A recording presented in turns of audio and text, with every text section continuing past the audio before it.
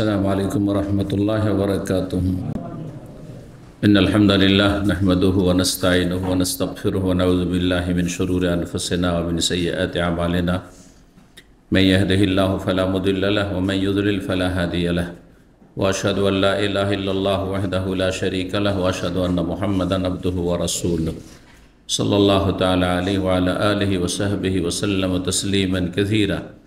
أما بعد فقد قال الإمام البخاري رحمه الله تعالى حدثنا محمد بن كثير قال أخبرنا سفيان عن الأعمش عن خيثمة عن سعيد بن غفلة قال قال علي رضي الله عنه إذا حدثتكم عن رسول الله صلى الله عليه وسلم فلان أخر من السماء أحب إلي من أن أكذب عليه وإذا حدثتكم فيما بيني وبينكم فإن الحرب خدعة. سمعت رسول الله صلى الله عليه وسلم يقول يأتي في آخر الزمان قوم حدثاء الأسنان سفهاء الأحلام يقولون من خير قول البرية يمرقون من الإسلام كما يمرق السهم من الرمية لا يجاوز إيمانهم حناجرهم فأينما لقيتموهم فاقتلوهم فإن قتلهم أجر لمن قتلهم يوم القيامة. মহান আল্লাহর সমস্ত প্রশংসা সালাত এবং সালাম নাযিল হোক প্রিয় নবী সাল্লাল্লাহু আলাইহি ওয়াসাল্লামের উপর। আজ মঙ্গলবার 2রা জমাদাল উলা 1446 হিজরি মোতাবেক 5ই নভেম্বর 2024 আমাদের ধারাবাহিক আলোচনা সহিহ বুখারীর মানাকিব ও ফাজাইল নবী করিম সাল্লাল্লাহু আলাইহি ওয়াসাল্লাম সাহাবায়ে কেরামদের। আজকে পর্ব নম্বর এই মানাকিব রাসূলুল্লাহ সাল্লাল্লাহু আলাইহি ওয়াসাল্লামের ফাজাইলের পর্ব নম্বর 12, হাদিস নম্বর 3611 থেকে আজকে শুরু হবে। অধ্যায় চলছে নবী সাল্লাল্লাহু আলাইহি ওয়াসাল্লামের মুজিজাত, যেগুলি নবুয়তের নিদর্শন। হাদিস আমাদের সামনে যে হাদিসটি রয়েছে বর্ণনা করছেন সুয়াইদ ইবনে গাফালা।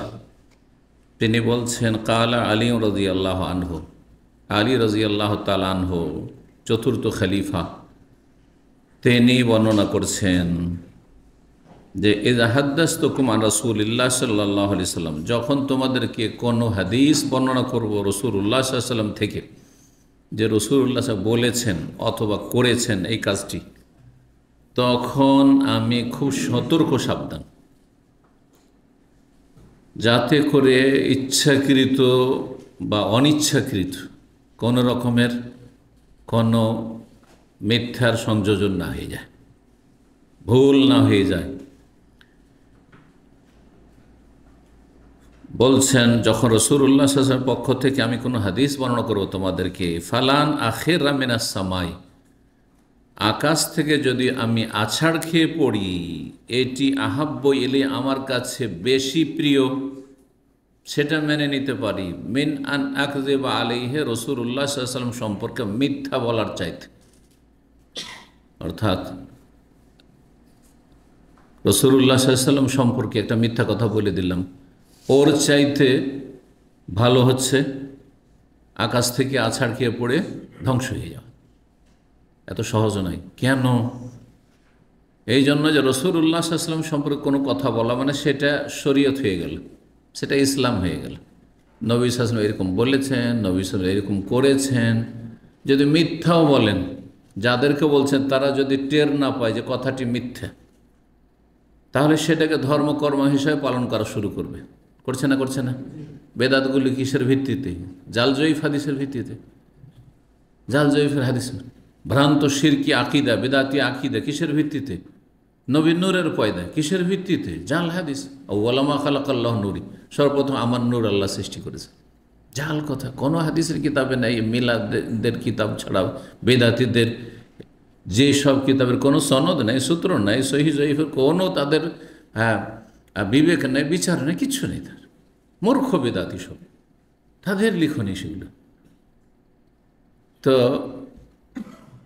চিন্তা করুন, লক্ষ লক্ষ মানুষ, তাহলে বিশেষ করে ভারত, বাংলাদেশ, পাকিস্তানের লক্ষ লক্ষ, কেন কোটি কোটি মানুষ এই গুমরাহিতে রয়েছে আকীদার ক্ষেত্রে, বিশ্বাসের ক্ষেত্রে, যে নবী নূরের পয়দা। আর তাও যদি আল্লাহর নূরে পয়দা বলে তো আল্লাহর একটা অংশ সাব্যস্ত করলো, তার মানে আল্লাহর শরীক সাব্যস্ত করলো। সুতরাং সে বড় কাফের মুশরিক হয়ে গেল। আল্লাহর অংশ মানে আল্লাহর সাথে শরীক স্থাপন করা, আর আল্লাহর সাথে শরীক স্থাপন করা হচ্ছে বড় শিরক, বড় কুফরি। যাতে মুসলিমই থাকবে না, তাহলে এতে কাদে বিশ্বাস নেই। চিন্তা করুন, দেখেন কিসের ভিত্তিতে? একটা জাল কথার ভিত্তিতে। এইরকমই নবী সাল্লাল্লাহু আলাইহি ওয়াসাল্লাম সম্পর্কে বেদাতি সমাজ আমাদের। নবীর ছায়া ছিল না, নবীর ছায়া ছিল না, কোনো দলিল আছে? জাল কথা। এই বিভ্রান্তিকর গোমরাহির আকীদা বিশ্বাস করা মানুষের ঈমানকে নষ্ট করে দেবে। এগুলো নবী সাল্লাল্লাহু আলাইহি ওয়াসাল্লামের পেশাব পায়খানা কোনোদিন নজরে আসতো না, কোনো সাহাবী দেখতে পেতেন না, মাটির সাথে সাথে ফেটে যেত। এগুলো আমাদের নবীর জীবনী, সিরাতুন নবীর আলোচনা। এগুলো আমি সিরাতুন নবীর আলোচনা এমনিতে করিনি। মানুষ আমার কাছে অনুরোধ করেছে যে আমাদের দেশে নবীর জীবনীর নামে শুধু জালিয়াতি আর জালিয়াতি আর বিভ্রান্তি। নবীর স্বাভাবিক ভূমিষ্ঠ হননি, মানে স্বাভাবিক যে মায়ের মাতৃগর্ভ থেকে যেভাবে ভূমিষ্ঠ হয় সব মানুষ, ওইভাবে হননি। তার মানে কি হয়েছে? অপারেশন করে। চিন্তা করুন আপনি, আরও কত কি, আরও কত কি নবী সাল্লাল্লাহু আলাইহি ওয়াসাল্লাম সম্পর্কে অতিরঞ্জন, বাড়াবাড়ি ইত্যাদি। তারপরে দোয়া করলে নবীর ওসিলায়, ওলিয়ার ওসিলায় দোয়া করলে দ্রুত কবুল হবে। বিনা ওসিলাতে, মানুষের ওসিলা ছাড়া তারা দোয়া করতে যায় না বেদাতিরা। বেদাতি আছে কিসের ভিত্তিতে? জাল হাদিসের ভিত্তিতে। কিন্তু আমার আপনার নামে কেউ যদি মিথ্যা কথা বলে, তাহলে সেটা মানুষ সেটা শরীয়ত হিসাবে নেবে না। যদিও আলেম সম্পর্কে একটা মিথ্যা কথা বললে সেটা শরীয়ত হওয়ার সম্ভব রয়েছে, জনগণ বুঝে না। মনে করে একটা আলেমের এখানে জবাব দিলেন যে উনি এটা বলেছেন, তাহলে সেটা মানুষ মনে করে হইতেও পারে। এই জন্য সাধারণ মানুষ, এমনি সাধারণ মানুষের ওপর মিথ্যা কথা বলা, আর কোন আলেমের রেফারেন্স দিয়ে মিথ্যা কথা বলা যে উনি এইরকমটা বলেছেন বা এটাকে বলেছেন যে এটা জায়েজ, এটা না জায়েজ, এটা আরও মারাত্মক অপরাধ। যদি আমাদের কথা কোনো স্বীকৃত শরীয়ত নয়, যাচাই বাছাই করতে আপনাকে দলিল আলোকে। কিন্তু নবী সাল্লাল্লাহু আলাইহি ওয়াসাল্লামের কথাই দলিল, নবী সাল্লাল্লাহু আলাইহি ওয়াসাল্লামের কাজই দলিল। সুতরাং যখনই বললেন যে নবী এরকম বলেছেন, নবী এরকমটা করেছেন, অথচ নবী সাল্লাল্লাহু আলাইহি সাল্লাম মিষ্টি খাওয়ায় অভ্যস্ত ছিলেন, আর ওই জাল হাদিস 1 সপ্তাহ ছাড়তে লেগেছে, তাই না? তাহলে নবী সাল্লাল্লাহু আলাইহি সাল্লাম একটা মিথ্যা কথা বললেন, নবী সাল্লাল্লাহু আলাইহি ওয়াসাল্লাম মানহানি করলেন। তো কোনো ব্যক্তির ধ্বংস হয়ে যাওয়া নবী সাল্লাল্লাহু আলাইহি ওয়াসাল্লাম সম্পর্কে মিথ্যা রচনা চাইতে ভালো। কারণ মানুষ দুনিয়াতে ধ্বংস হয়ে যায়, হঠাৎ করে অ্যাক্সিডেন্ট হলো, মারা গেলেন, যে কারো হইতে পারে, তাহলে আপনার আখিরাত নষ্ট হলো না, বরং শাহাদাতের মর্যাদা পাবেন ভালো মানুষ হলে। কিন্তু যদি নবী সাল্লাল্লাহু আলাইহি ওয়াসাল্লাম সম্পর্কে মিথ্যা কথা বলেন, তাহলে সহিহ মুসলিমের হাদিস, মান কাযাবা আলাইয়া মুতাআম্মিদান, জেনে বুঝে ইচ্ছাকৃত যদি নবী সাল্লাল্লাহু আলাইহি ওয়াসাল্লাম সম্পর্কে মিথ্যা কথা বলে, মিথ্যা কথা আপনি বলছেন বানিয়ে, অথবা কেউ বলেছে ওইটাকে আপনি কি করছেন? প্রচার করছেন, ওয়াজ করছেন, বয়ান করছেন, আপনি সমানে শরীক, আপনি জাতিকে বিভ্রান্ত করছেন, তাহলে সে ফালিয়াতা মাকআদাহু মিনান নার, জাহান্নামে তার স্থান তৈরি করে নিল, তার জায়গা জাহান্নামে। তাহলে দুনিয়া ধ্বংস হয়ে যাওয়া, ঘর বাড়ি ধন সম্পদ নিজে ধ্বংস হয়ে গেলেন, এতে আখেরা ধ্বংস হবে না, জাহান্নামে যেতে হবে না আত্মহত্যা না করলে। কিন্তু নবী সাল্লাল্লাহু আলাইহি ওয়াসাল্লাম মিথ্যা কথা বললে জাহান্নামে যেতে হবে। এই জন্য আলী রাদিয়াল্লাহু যে কথা বলেছেন যে নবী সম্পর্কে মিথ্যা কথা বলবো, এটা হতেই পারে না। আমি যদি আকাশ থেকে আছাড় খেয়ে পড়ে যদি মারাও যায়, ধ্বংস হয়ে যায়, এটা আমার কাছে ভালো। কিসের চাইতে? নবী সম্পর্কে মিথ্যা কথা বলার চাইতে। উদ্দেশ্য হচ্ছে যে আমি যদি কোনো কথা বয়ান করি যে নবী সাল্লাল্লাহু বলেছেন, নবী সাল্লাল্লাহু এরকমটা করেছেন, নবী সাল্লাল্লাহু এরকম দেখেছি, তার মানে ওতে কোনো সন্দেহ করবে না, সন্দেহ নেই। ওয়াইদা হাদ্দাসতুম ফীমা বাইনি ওয়া বাইনাকুম, কিন্তু তোমাদেরকে যদি এমন কিছু বর্ণনা করি যেটা আমার ব্যক্তি বিষয় আর তোমাদের বিষয়, তাহলে অনেক ক্ষেত্রে কৌশল হিসাবে বিশেষ করে শত্রুদের সাথে, কাফেরদের সাথে, যেখানে জেহাদের ময়দান, জেহাদের রণকৌশল, সেখানে মিথ্যা বলা জায়েজ, মিথ্যা বলা জায়েজ। তিনটি ক্ষেত্রে নবী সাল্লাল্লাহু আলাইহি ওয়াসাল্লাম কি বলেছেন? মিথ্যা বলা জায়েজ, মানে কিন্তু একবার স্পষ্ট মিথ্যা নয়, এমন কিছু কথা বললেন হ্যাঁ যেটাতে আপনার কি হবে, বৃহৎ স্বার্থ রয়েছে। যেমন আপনার স্ত্রী আপনার সম্পর্কে সন্দিহান, যে কী জানি হয়তো কারোর সাথে আপনার লিঙ্ক আছে মনে হয়, কারণ আপনার টেলিফোন যখন তখন শুধু এঙ্গেজ পায়, শয়তান সন্দেহ তৈরি করে দিতে পারে, ঠিক না? তখন যতটা ভালোবাসেন স্ত্রীকে তার চাইতে বেশি হ্যাঁ নিজের আবেগ প্রকাশ করা, ভালোবাসা প্রকাশ করা, হ্যাঁ বোঝা গেছে না? তোমাকে টেলিফোন না করলে আমার যেন শান্তি হয় না, ঘুম আসে না, অথচ আরামসে ঘুম আসছে হয়তো। এই ধরনের মিথ্যা কথা বলা, এই নয় যে হ্যাঁ আপনি এমন মিথ্যা কথা বলে যেটা আপনার স্ত্রীর ক্ষতি করবেন, না, মোটেই জায়েজ না। এই জন্য এটা ঢালাওভাবে নেওয়া যাবে না। কিন্তু এইরকমই দুইজন বিবাদমান, দুইজন বন্ধুত্বে ঝগড়া হয়ে গেছে, আর একজন আরেকজন সম্পর্কে শুধু নেগেটিভ চিন্তা করে, ভালো কিছু করলেও খারাপ, কারণ যাকে দেখতে পারে না তার চলন বাঁকা, ভালোটাও খারাপ লাগে, বুঝছেন না? যদি লম্বা নামাজ পড়তে দেখে, ও দেখো না অহংকারী, রিয়াকারী, লোক দেখার নামাজ পড়ে, ও সব কিছুতে দোষ খুঁজে, কারণ দ্বন্দ্ব হয়ে গেছে। তখন আপনি তৃতীয় ব্যক্তি ওখানে দুইজনকে মিথ্যা কথা বলতে পারেন। কীরকম মিথ্যা? কিসের জন্য? তার সাথে ব্যবসা বাণিজ্য করার জন্য, আপনার স্বার্থে? না না না, ইসলামের স্বার্থে, হ্যাঁ মুসলিমের স্বার্থে। সেটা হচ্ছে দুজনকে মিলিয়ে দেওয়ার জন্য, কাছাকাছি করার জন্য। ভাই ওর সাথে কেন কথা বললেন না? না, ওর সাথে আমি কথা বলবো না। কেন কথা বলবেন না? ও আপনাকে সবসময় স্মরণ করে, আপনার খুব প্রশংসা করে। আজকে তার সাথে কথা হচ্ছিল, সে আপনার খুব প্রশংসা করছিল, আর আপনার সাথে মনোমালিন্য হয়ে গেছে, সেজন্য খুব তার মনে কষ্ট। সে শুধু সুযোগে আছে কখন আপনার সাথে মিলবে। সব মিছা কথা, জায়েজ, এই ধরনের কথা জায়েজ, বুঝতে পারছেন না? জি। তো আর আরেকটি জায়গা হচ্ছে জেহাদের ময়দানে কাফেররাকে জানাইতে হবে যে আমরা এদিক থেকে আসছি, আমরা এত সংখ্যা আসছি, আমাদের কাছে এই অস্ত্র আছে, বলতে হবে? মোটেই না। নবী সাল্লাল্লাহু আলাইহি সাল্লাম যখন কোনো দিকে যেতেন, যাবেন দক্ষিণ দিকে, বলতেন না যে দক্ষিণ দিকে যাব, উত্তর দিকে বলতেন না, পূর্ব পশ্চিম কোন দিকে যাচ্ছে বলতেন না, এমনভাবে বলতেন, বরং এর উল্টো বলতেন যাতে ভুল বুঝে।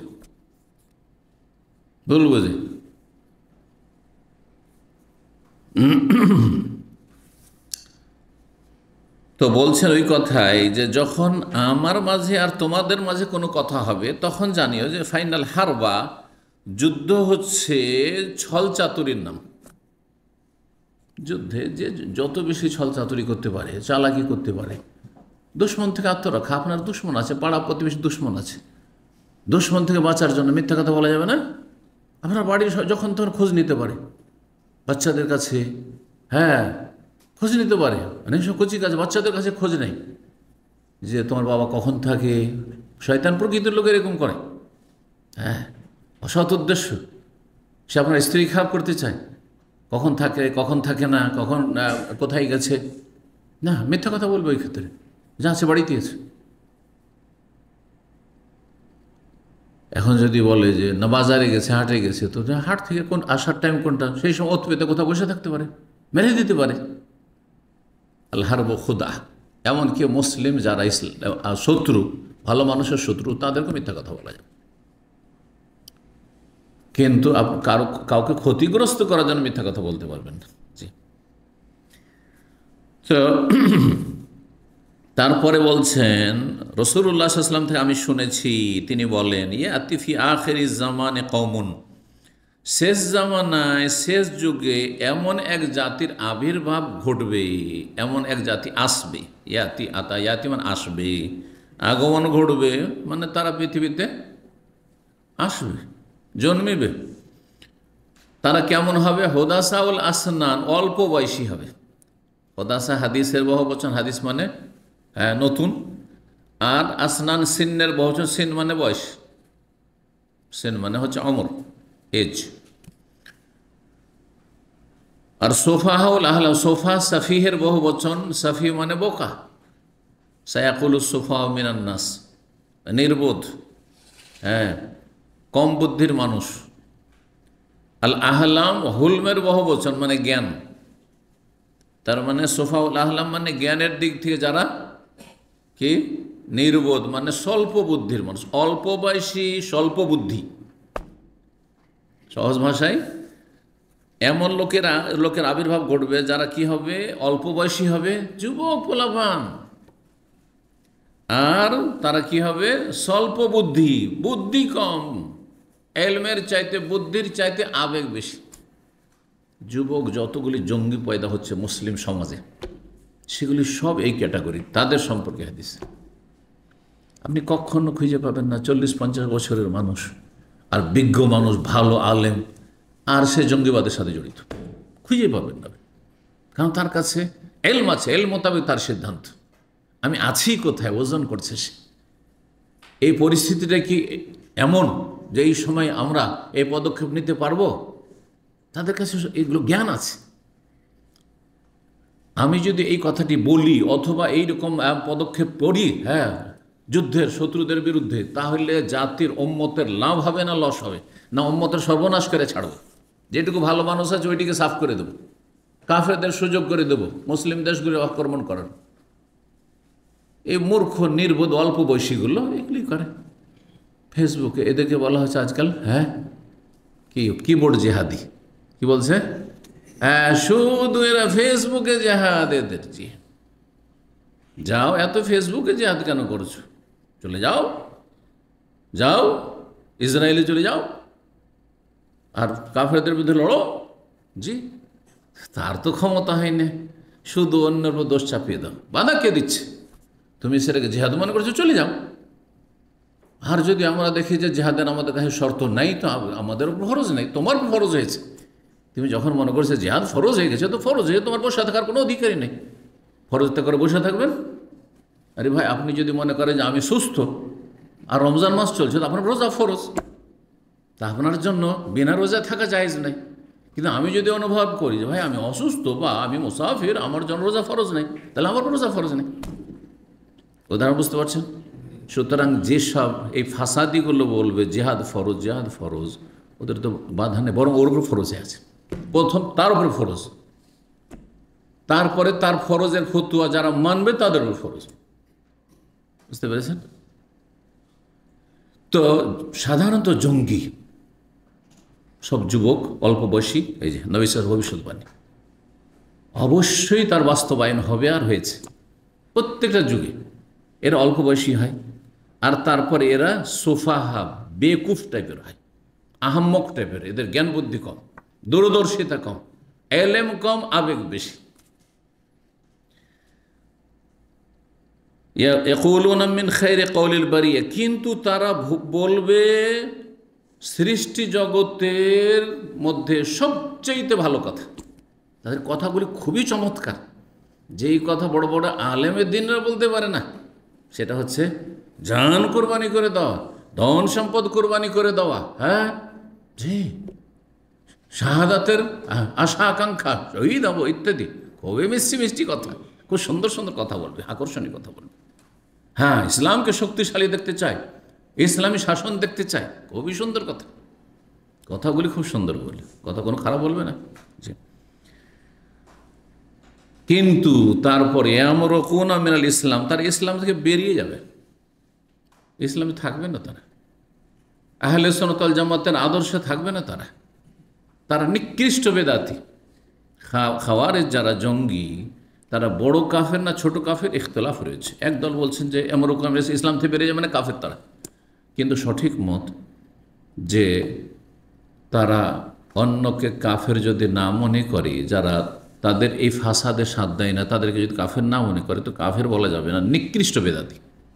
যতগুলি বেদাতি আছে সমস্ত বেদাতের মধ্যে নিকৃষ্ট বেদাতি। কারণ এইসব বেদাতিদের বিরুদ্ধে নবী সাল্লাল্লাহু আলাইহি ওয়াসাল্লাম যুদ্ধ করতে বলেছেন, এবং সেই যুদ্ধে বড় মহাপুরস্কার রয়েছে, বড় নেকি রয়েছে। এবং নবী সাল্লাল্লাহু আলাইহি ওয়াসাল্লাম আকাঙ্ক্ষা করেছেন সেই যুগ যদি আমি পাই এইসব ফাসাদিদের, খাওয়ারেজদের, তাহলে আমি তাদেরকে আদ জাতির মতো করে সবগুলিকে নিশ্চিহ্ন করব। আদ জাতির সাথে কেন তুলনা করেছেন? অন্য হাদিসে রয়েছে। কেন? আদ জাতির ওপর, হ্যাঁ, সাবালাইয়ালিন ওসামানে তাইয়াম, ঘূর্ণিঝড় চলেছিল অবিরাম 7 রাত 8 দিন, একজন মানুষও বাঁচেনি। আরে কিছু কিছু জাতি হয়তো ধ্বংস হয়, তো কিছু মানুষ তো বাঁচে। আজকাল যে বড় বড় ভূমিকম্পগুলি হচ্ছে, সুনামি হলো, তাতেও ওই দেশে কিছু তো মানুষ বেঁচে আছে, হ্যাঁ, কিছু আহত, কিছু নিহত, আর কিছু আপনার পাওয়া যাচ্ছে না, ওই সব নিখোঁজ, আর কিছু বেঁচে আছে। কিন্তু আদ জাতির একজনও কেউ বেঁচে থাকেনি। ওইভাবে এদেরকে একেবারে কচু কাটা করবো, যেন কেউ না থাকে, এদের নিশ্চিহ্ন করব। কারণ এরা ক্যান্সার, মুসলিম জাতির ক্যান্সার হচ্ছে খারিজি জঙ্গিরা। তো বলছেন এমরকোন আল ইসলাম, ইসলাম থেকে তারা বেরিয়ে যাবে। কামা এমরকোসাহ মিনার রামিয়া, যেমন তীর বেরিয়ে চলে যায়, দ্রুত বেগে যে তীর ছাড়া হয় সেই তীর। মিনার রামিয়া শিকারী, হ্যাঁ, যে শিকারী পশু, সে শিকারী পশু থেকে একদিক থেকে ঢুকলো আর তারপরে ছেদ করে একবারে বেরিয়ে চলে গেল। এখানে রামিয়াতুন মানে মারমিয়াতুন, মানে যাকে নিশানা বানানো হয়েছে। কাকে নিশানা বানানো হয়েছে? সাধারণত শিকারী পশু পাখি, যাকে শিকার করছে সেটা। কিন্তু বাংলা অনুবাদক এটা বুঝেনি, রামিয়া মানে এর মানে ধনুক করে দিয়েছে।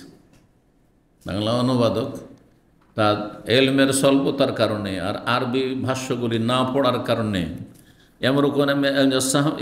এমরকোসাম, যেমন তীর বেরিয়ে চলে যায় ধনুক থেকে। আরে ধনুক থেকে তীর বেরিয়ে চলে যায় কেন বলবেন? ধনুক থেকে তো সব তীর বেরোয়, কিন্তু কিছু তীর শিকারীকে লেগে থেকে যায়, আর কিছু লেগে ঢুকতেই পারে না, পড়ে যায়, আর কিছু এপার থেকে ওপার ঢুকে একবার পার হয়ে চলে যায়, এমন পার হয়ে চলে যায় যে ওতে রক্ত মাংস আর কোনো পশম কিচ্ছু লেগে নেই।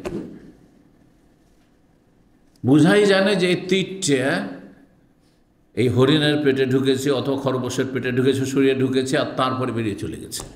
ঠিক ওই রকমই এই লোকগুলি ইসলামের মধ্যে ছিল, কিন্তু এমনভাবে ইসলাম থেকে বেরিয়ে চলে গেছে যে ইসলামের আদর্শের কিছু নেই তাদের মধ্যে।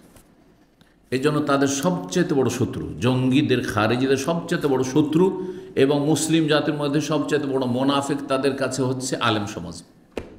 ভালো করে শোনেন, জঙ্গিদের সাথে উঠা বসা করলে বলবে যে আলেম সমাজ আমাদের সবচেয়ে বড় শত্রু। আলেম সমাজ সবচেয়ে বেশি, হ্যাঁ, বিলাসী, এরা দুনিয়াদার। জি, ওই বাংলা ভাই আব্দুর রহমানের যুগে মদিনা ইউনিভার্সিটিতে অ্যাডমিশন হয়েছে এক ছেলের। জি, অ্যাডমিশন হয়েছে, ভিসা লেগেছে, তারপরে এসেছে, 1 বছর লেখাপড়া করে, তারপরে গেছে, তার কাছ থেকে পাসপোর্ট কেড়ে নিয়েছে। প্রথম কথা আসতে দিত না, কোন রকম করে সে তাদের থেকে উদ্ধারে পালিয়েছে, কারণ তাদের সাথে একটু জড়িয়ে গিয়েছিল সেই জন্য। তারপরে তাকে বাঁচতে দেয়নি। আচ্ছা, আরেকটা কথা, একবার কেউ যদি জঙ্গিদের সাথে মিলিত হয়ে যায় আর তারপরে যদি বুঝতে পারে যে এটা তো গুমরাহির রাস্তা, আমি তো ভুল পথে চলে এসেছি, সেখান থেকে যদি আউট হয়ে যায়, তাহলে তার বাঁচার অধিকার নেই। তারা মনে করে যে এই ব্যক্তি হচ্ছে বিশ্বাসঘাতক গাদ্দার মির্জাফর, আর এ হচ্ছে এমন মির্জাফর গাদ্দার, সুতরাং গাদ্দারের বেঁচে থাকার অধিকার নেই, সেই জন্য ওকে মারবেই মারবে। আর এই জন্য মারে যে তাদের ভিতরের খবরগুলি বাইরে পাচার হয়ে যেতে পারে, সেই জন্য একে বেঁচে থাকতে দেওয়া হবে না। ওই ছেলেটিকে তারা মেরে দিয়েছে, বাঁচতে দেয়নি। মোদি ইউনিভার্সিটিতে লেখাপড়া নসিবে হয়নি, তাকে বাঁচতেও দেয়নি, মেরে দিয়েছে। জি, এটা সেই যুগের ঘটনা, বেশি দিনের ঘটনা বলছি না, কোনো প্রাচীন যুগের ইতিহাস বলছি না। জি, আল্লাহ হেফাজত করে এদের অনিষ্ট থেকে, মুসলিম জাতির হেফাজত করুন, ইসলামের হেফাজত করুন, মুসলিম দেশগুলির আল্লাহ হেফাজত করুন। জি, বলছেন আলী রাদিয়াল্লাহু তাআলা আনহু, রাসূলুল্লাহ সাল্লাল্লাহু আলাইহি ওয়াসাল্লামের এই হাদিস বর্ণনা করি, লা ইউজাওয়াজ ঈমানু হানাজিরাহুম, তাদের ঈমান তাদের কণ্ঠনালী পার করে ভিতরে ঢুকবে না। তাদের ঈমানের কথা শুধু এখানে মুখে, খুব বেশি তেলাওয়াত করবে, লম্বা লম্বা নামাজ পড়বে, আর খুব মিষ্টি মিষ্টি কথা বলবে, আর কিবোর্ড জেহাদ করবে, ফেসবুকে বড় বড় স্ট্যাটাস দিবে, কিন্তু ভিতরে ওই সব কথা ঢুকে না, ভিতরে ঢুকে না। এক জঙ্গি আজকে থেকে 25-30 বছর আগে, অনেক দিন জেল খাটল সে। আমাদের যেসব ভাইয়েরা তার ফিতনায় পড়েছিল, আর তাকে চাঁদা দিয়েছে। ওই সময় বার্মাতে খুব জুলুম অত্যাচার চলছিল মুসলমানদের উপর, আরাকান মুসলিমদের উপর। বলছে 25 লক্ষ টাকা সে কালেকশন করেছে কয়েকদিনের মধ্যে। কিসের জন্য? বার্মা আমরা জিহাদে যাব। আর ঢাকাতে বসে আছে। বার্মা যাওয়া তো দূরের কথা, চিটাগাং পর্যন্তও যায়নি। বুঝতে পেরেছেন? আর সবচেয়ে বড় ফতোয়া ছিল রাষ্ট্রপতি প্রধানমন্ত্রীর বিরুদ্ধে, যে তারা হচ্ছে তাগুত, তারা কাফের। এটাই বড় জিহাদ। বুঝতে পেরেছেন? জি। মুসলিম সমাজে যারা বিভিন্ন পাপে জড়িয়ে আছে, এতে কোনো সন্দেহ নেই যে পাপে জড়িয়ে আছে সকল স্তরের মানুষ। আর বিশেষ করে যার কাছে যত বেশি পাওয়ার আর পয়সা, তার তত বেশি কাবিরা গুনাহে লিপ্ত আছে, অন্যায় লিপ্ত আছে। তার জন্য তাকে কাফের বলা যাবে? এটা চোরকে কাফের বলবেন আপনি? একটা দুর্নীতিবাজকে, আত্মসাৎকারীকে কাফের বলবেন আপনি? হ্যাঁ, এটা জালেমকে কাফের বলবেন আপনি? তাহলে আপনার কুফরের আশঙ্কা আছে। নবী সাল্লাল্লাহু আলাইহি ওয়াসাল্লাম তো দুইজন, একজন কাফের হবে। ও যদি কাফের না হয় তো তুমি কাফের হয়ে যাবে। তা আপনি নিজেকে রক্ষা করবেন না কুফরি থেকে? আপনার লাভ কি অন্যকে কাফের ট্যাগ লাগিয়ে? আপনি নিজেই ধ্বংস হয়ে যাবেন। তাদের ঈমান তাদের কণ্ঠনালীর নিচে নামবে না। ফাইনামা লাকিতুমুহুম, সুতরাং তাদের সাথে যেখানে তোমাদের সাক্ষাৎ হোক না কেন, যেখানে পাও না কেন, ফাকতুলুহুম, তাদেরকে হত্যা করো। আল্লাহু আকবার। এই জঙ্গিগুলোকে হত্যা করো। হত্যা আমরা করব, আপনারা করবেন? সরকারকে বলা হচ্ছে। এই শাসক আলী রাদিয়াল্লাহু তাআলা আনহু তার বাস্তবায়ন করেছেন। এই জঙ্গিগুলো যখন ফতোয়া দিল যে আলী কাফের, মুআবিয়া কাফের, এর সাথে যারা সহযোগী আছে সবগুলি কাফের।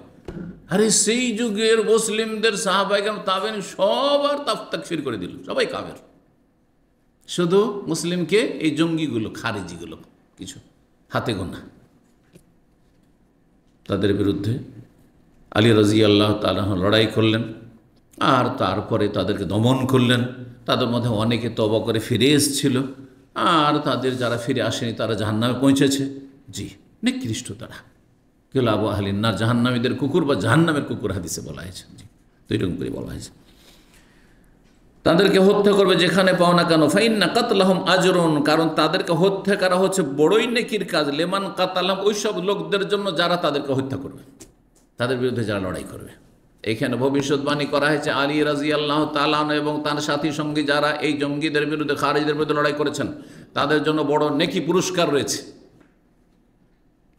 আর যেখানে পাও না কেন তাদেরকে হত্যা করবে। আর প্রথম এই হাদিসের উপর আমল করেছেন আলী রাদিয়াল্লাহু তাআলা এবং তার সাথী সঙ্গীগণ রাদিয়াল্লাহু আনহুম ওয়ারদাহুম।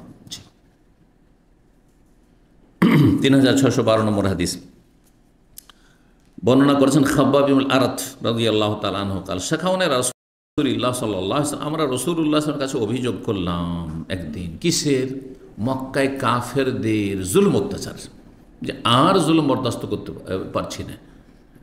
মক্কার কাফেররা বিশেষভাবে জুলুম অত্যাচার কার উপর করতো? যারা যত দুর্বল তাদের উপর, যাদের বংশ বলি নেই, হ্যাঁ মক্কায়, অথবা যারা গরিব মানুষ, যারা দাস, হ্যাঁ সমাজে যারা দুর্বল অসহায়, তাদের ওপর। কিন্তু যাদের বংশ শক্তি রয়েছে, জনবল রয়েছে, যাদের প্রভাব রয়েছে, যাদের কে গায়ে হাত দিলে বহুবার চিন্তা করতে হবে, রিয়াকশনের, প্রতিক্রিয়ার ভয় আছে, ওদের গায়ে হাত দিত না, সহজ গায়ে হাত দিত না।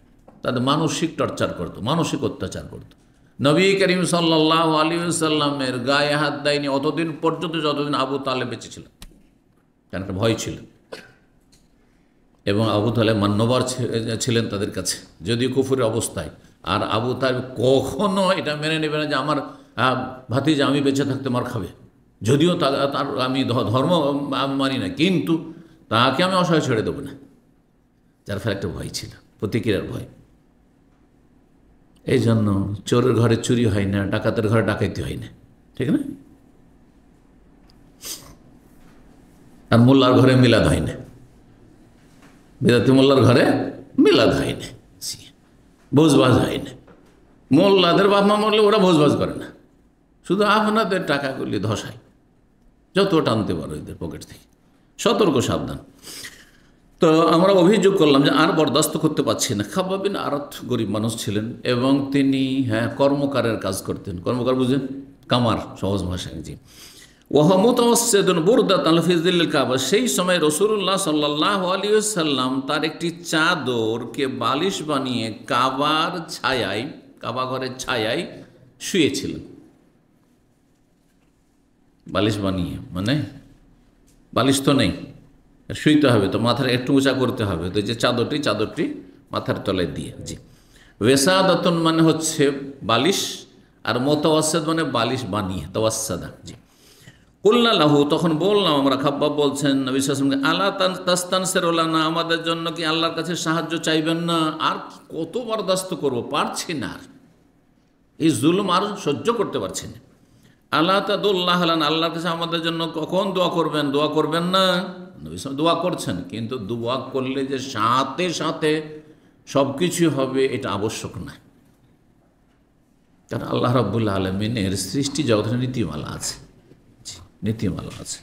আপনি এক্ষুনি দোয়া করবেন, হ্যাঁ, পকেটে একটা পয়সা নেই, আল্লাহ তোমাকে রিজিক দাও, আর তারপরে পকেটে হাত ঢুকাবেন, দেশে টাকা মজুদ, এটা হয়? হবে?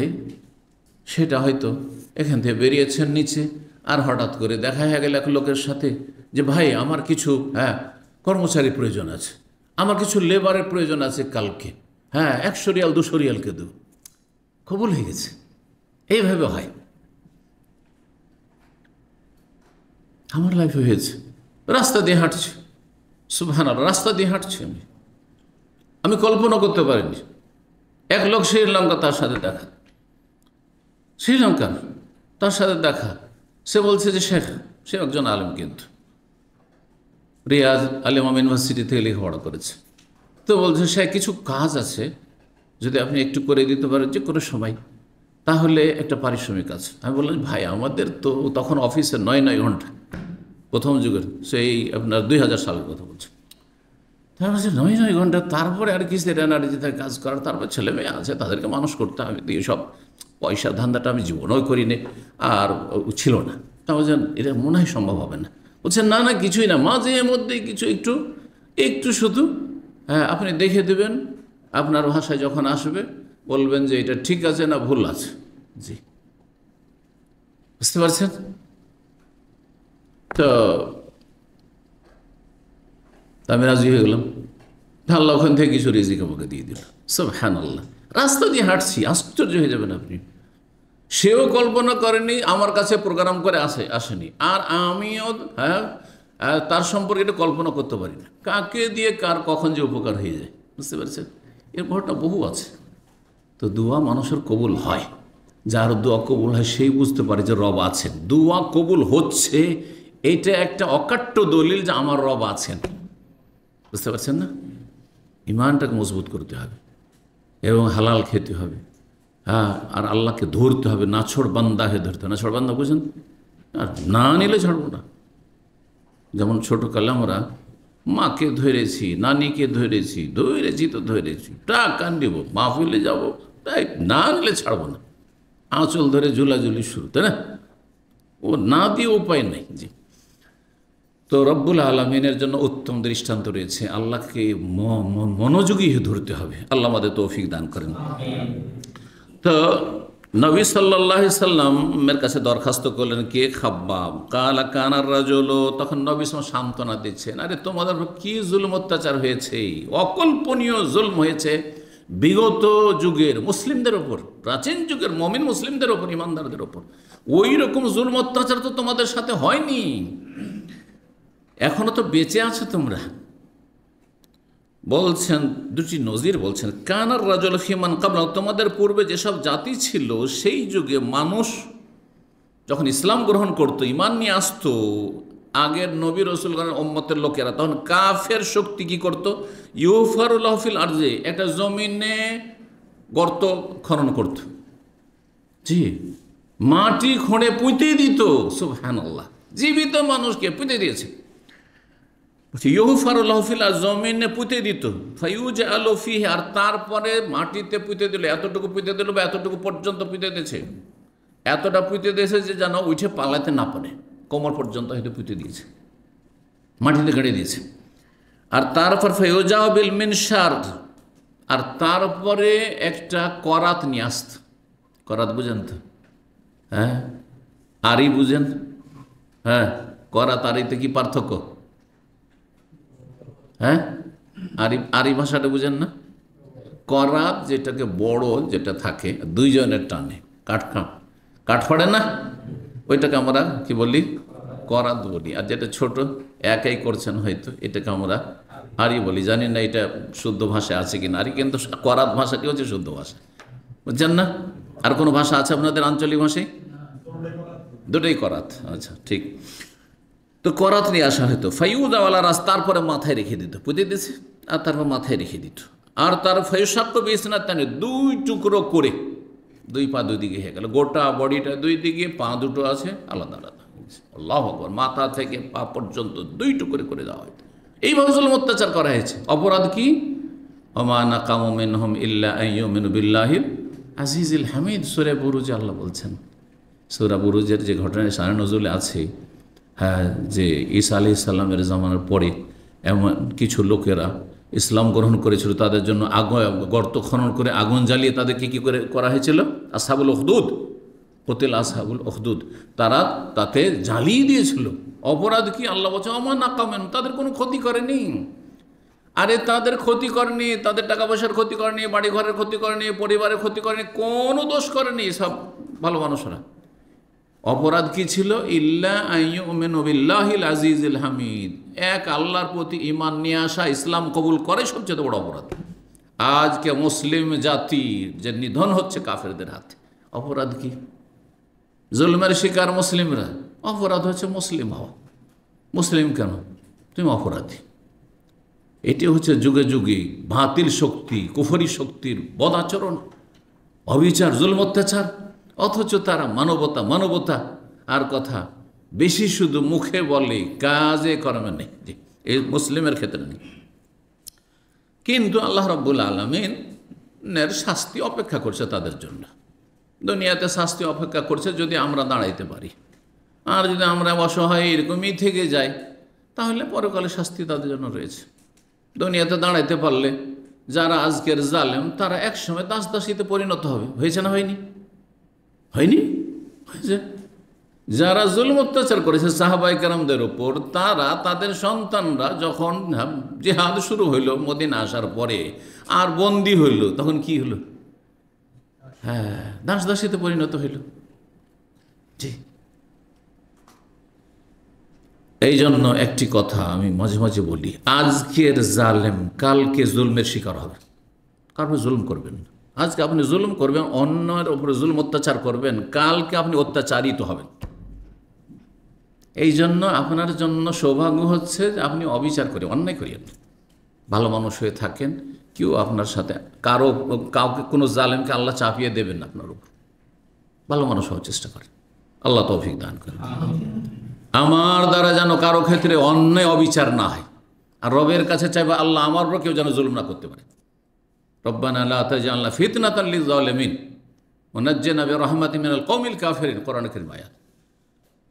জালেমদের জন্য আমাদেরকে পরীক্ষার কারণ, ফিতনার কারণ বানিয়ে নিয়ে দেন। কারণ জালেমরা যদি জুলুম করতে পারে আমাদের উপর, তাহলে তাদের দাপট আরও বেড়ে যাবে। এই সুযোগ দিও না তাদেরকে। জি, খুব গুরুত্বপূর্ণ দোয়া কোরআনে কারীমে। তো আনসুরনা আল কওমিল কাফিরিন, জি,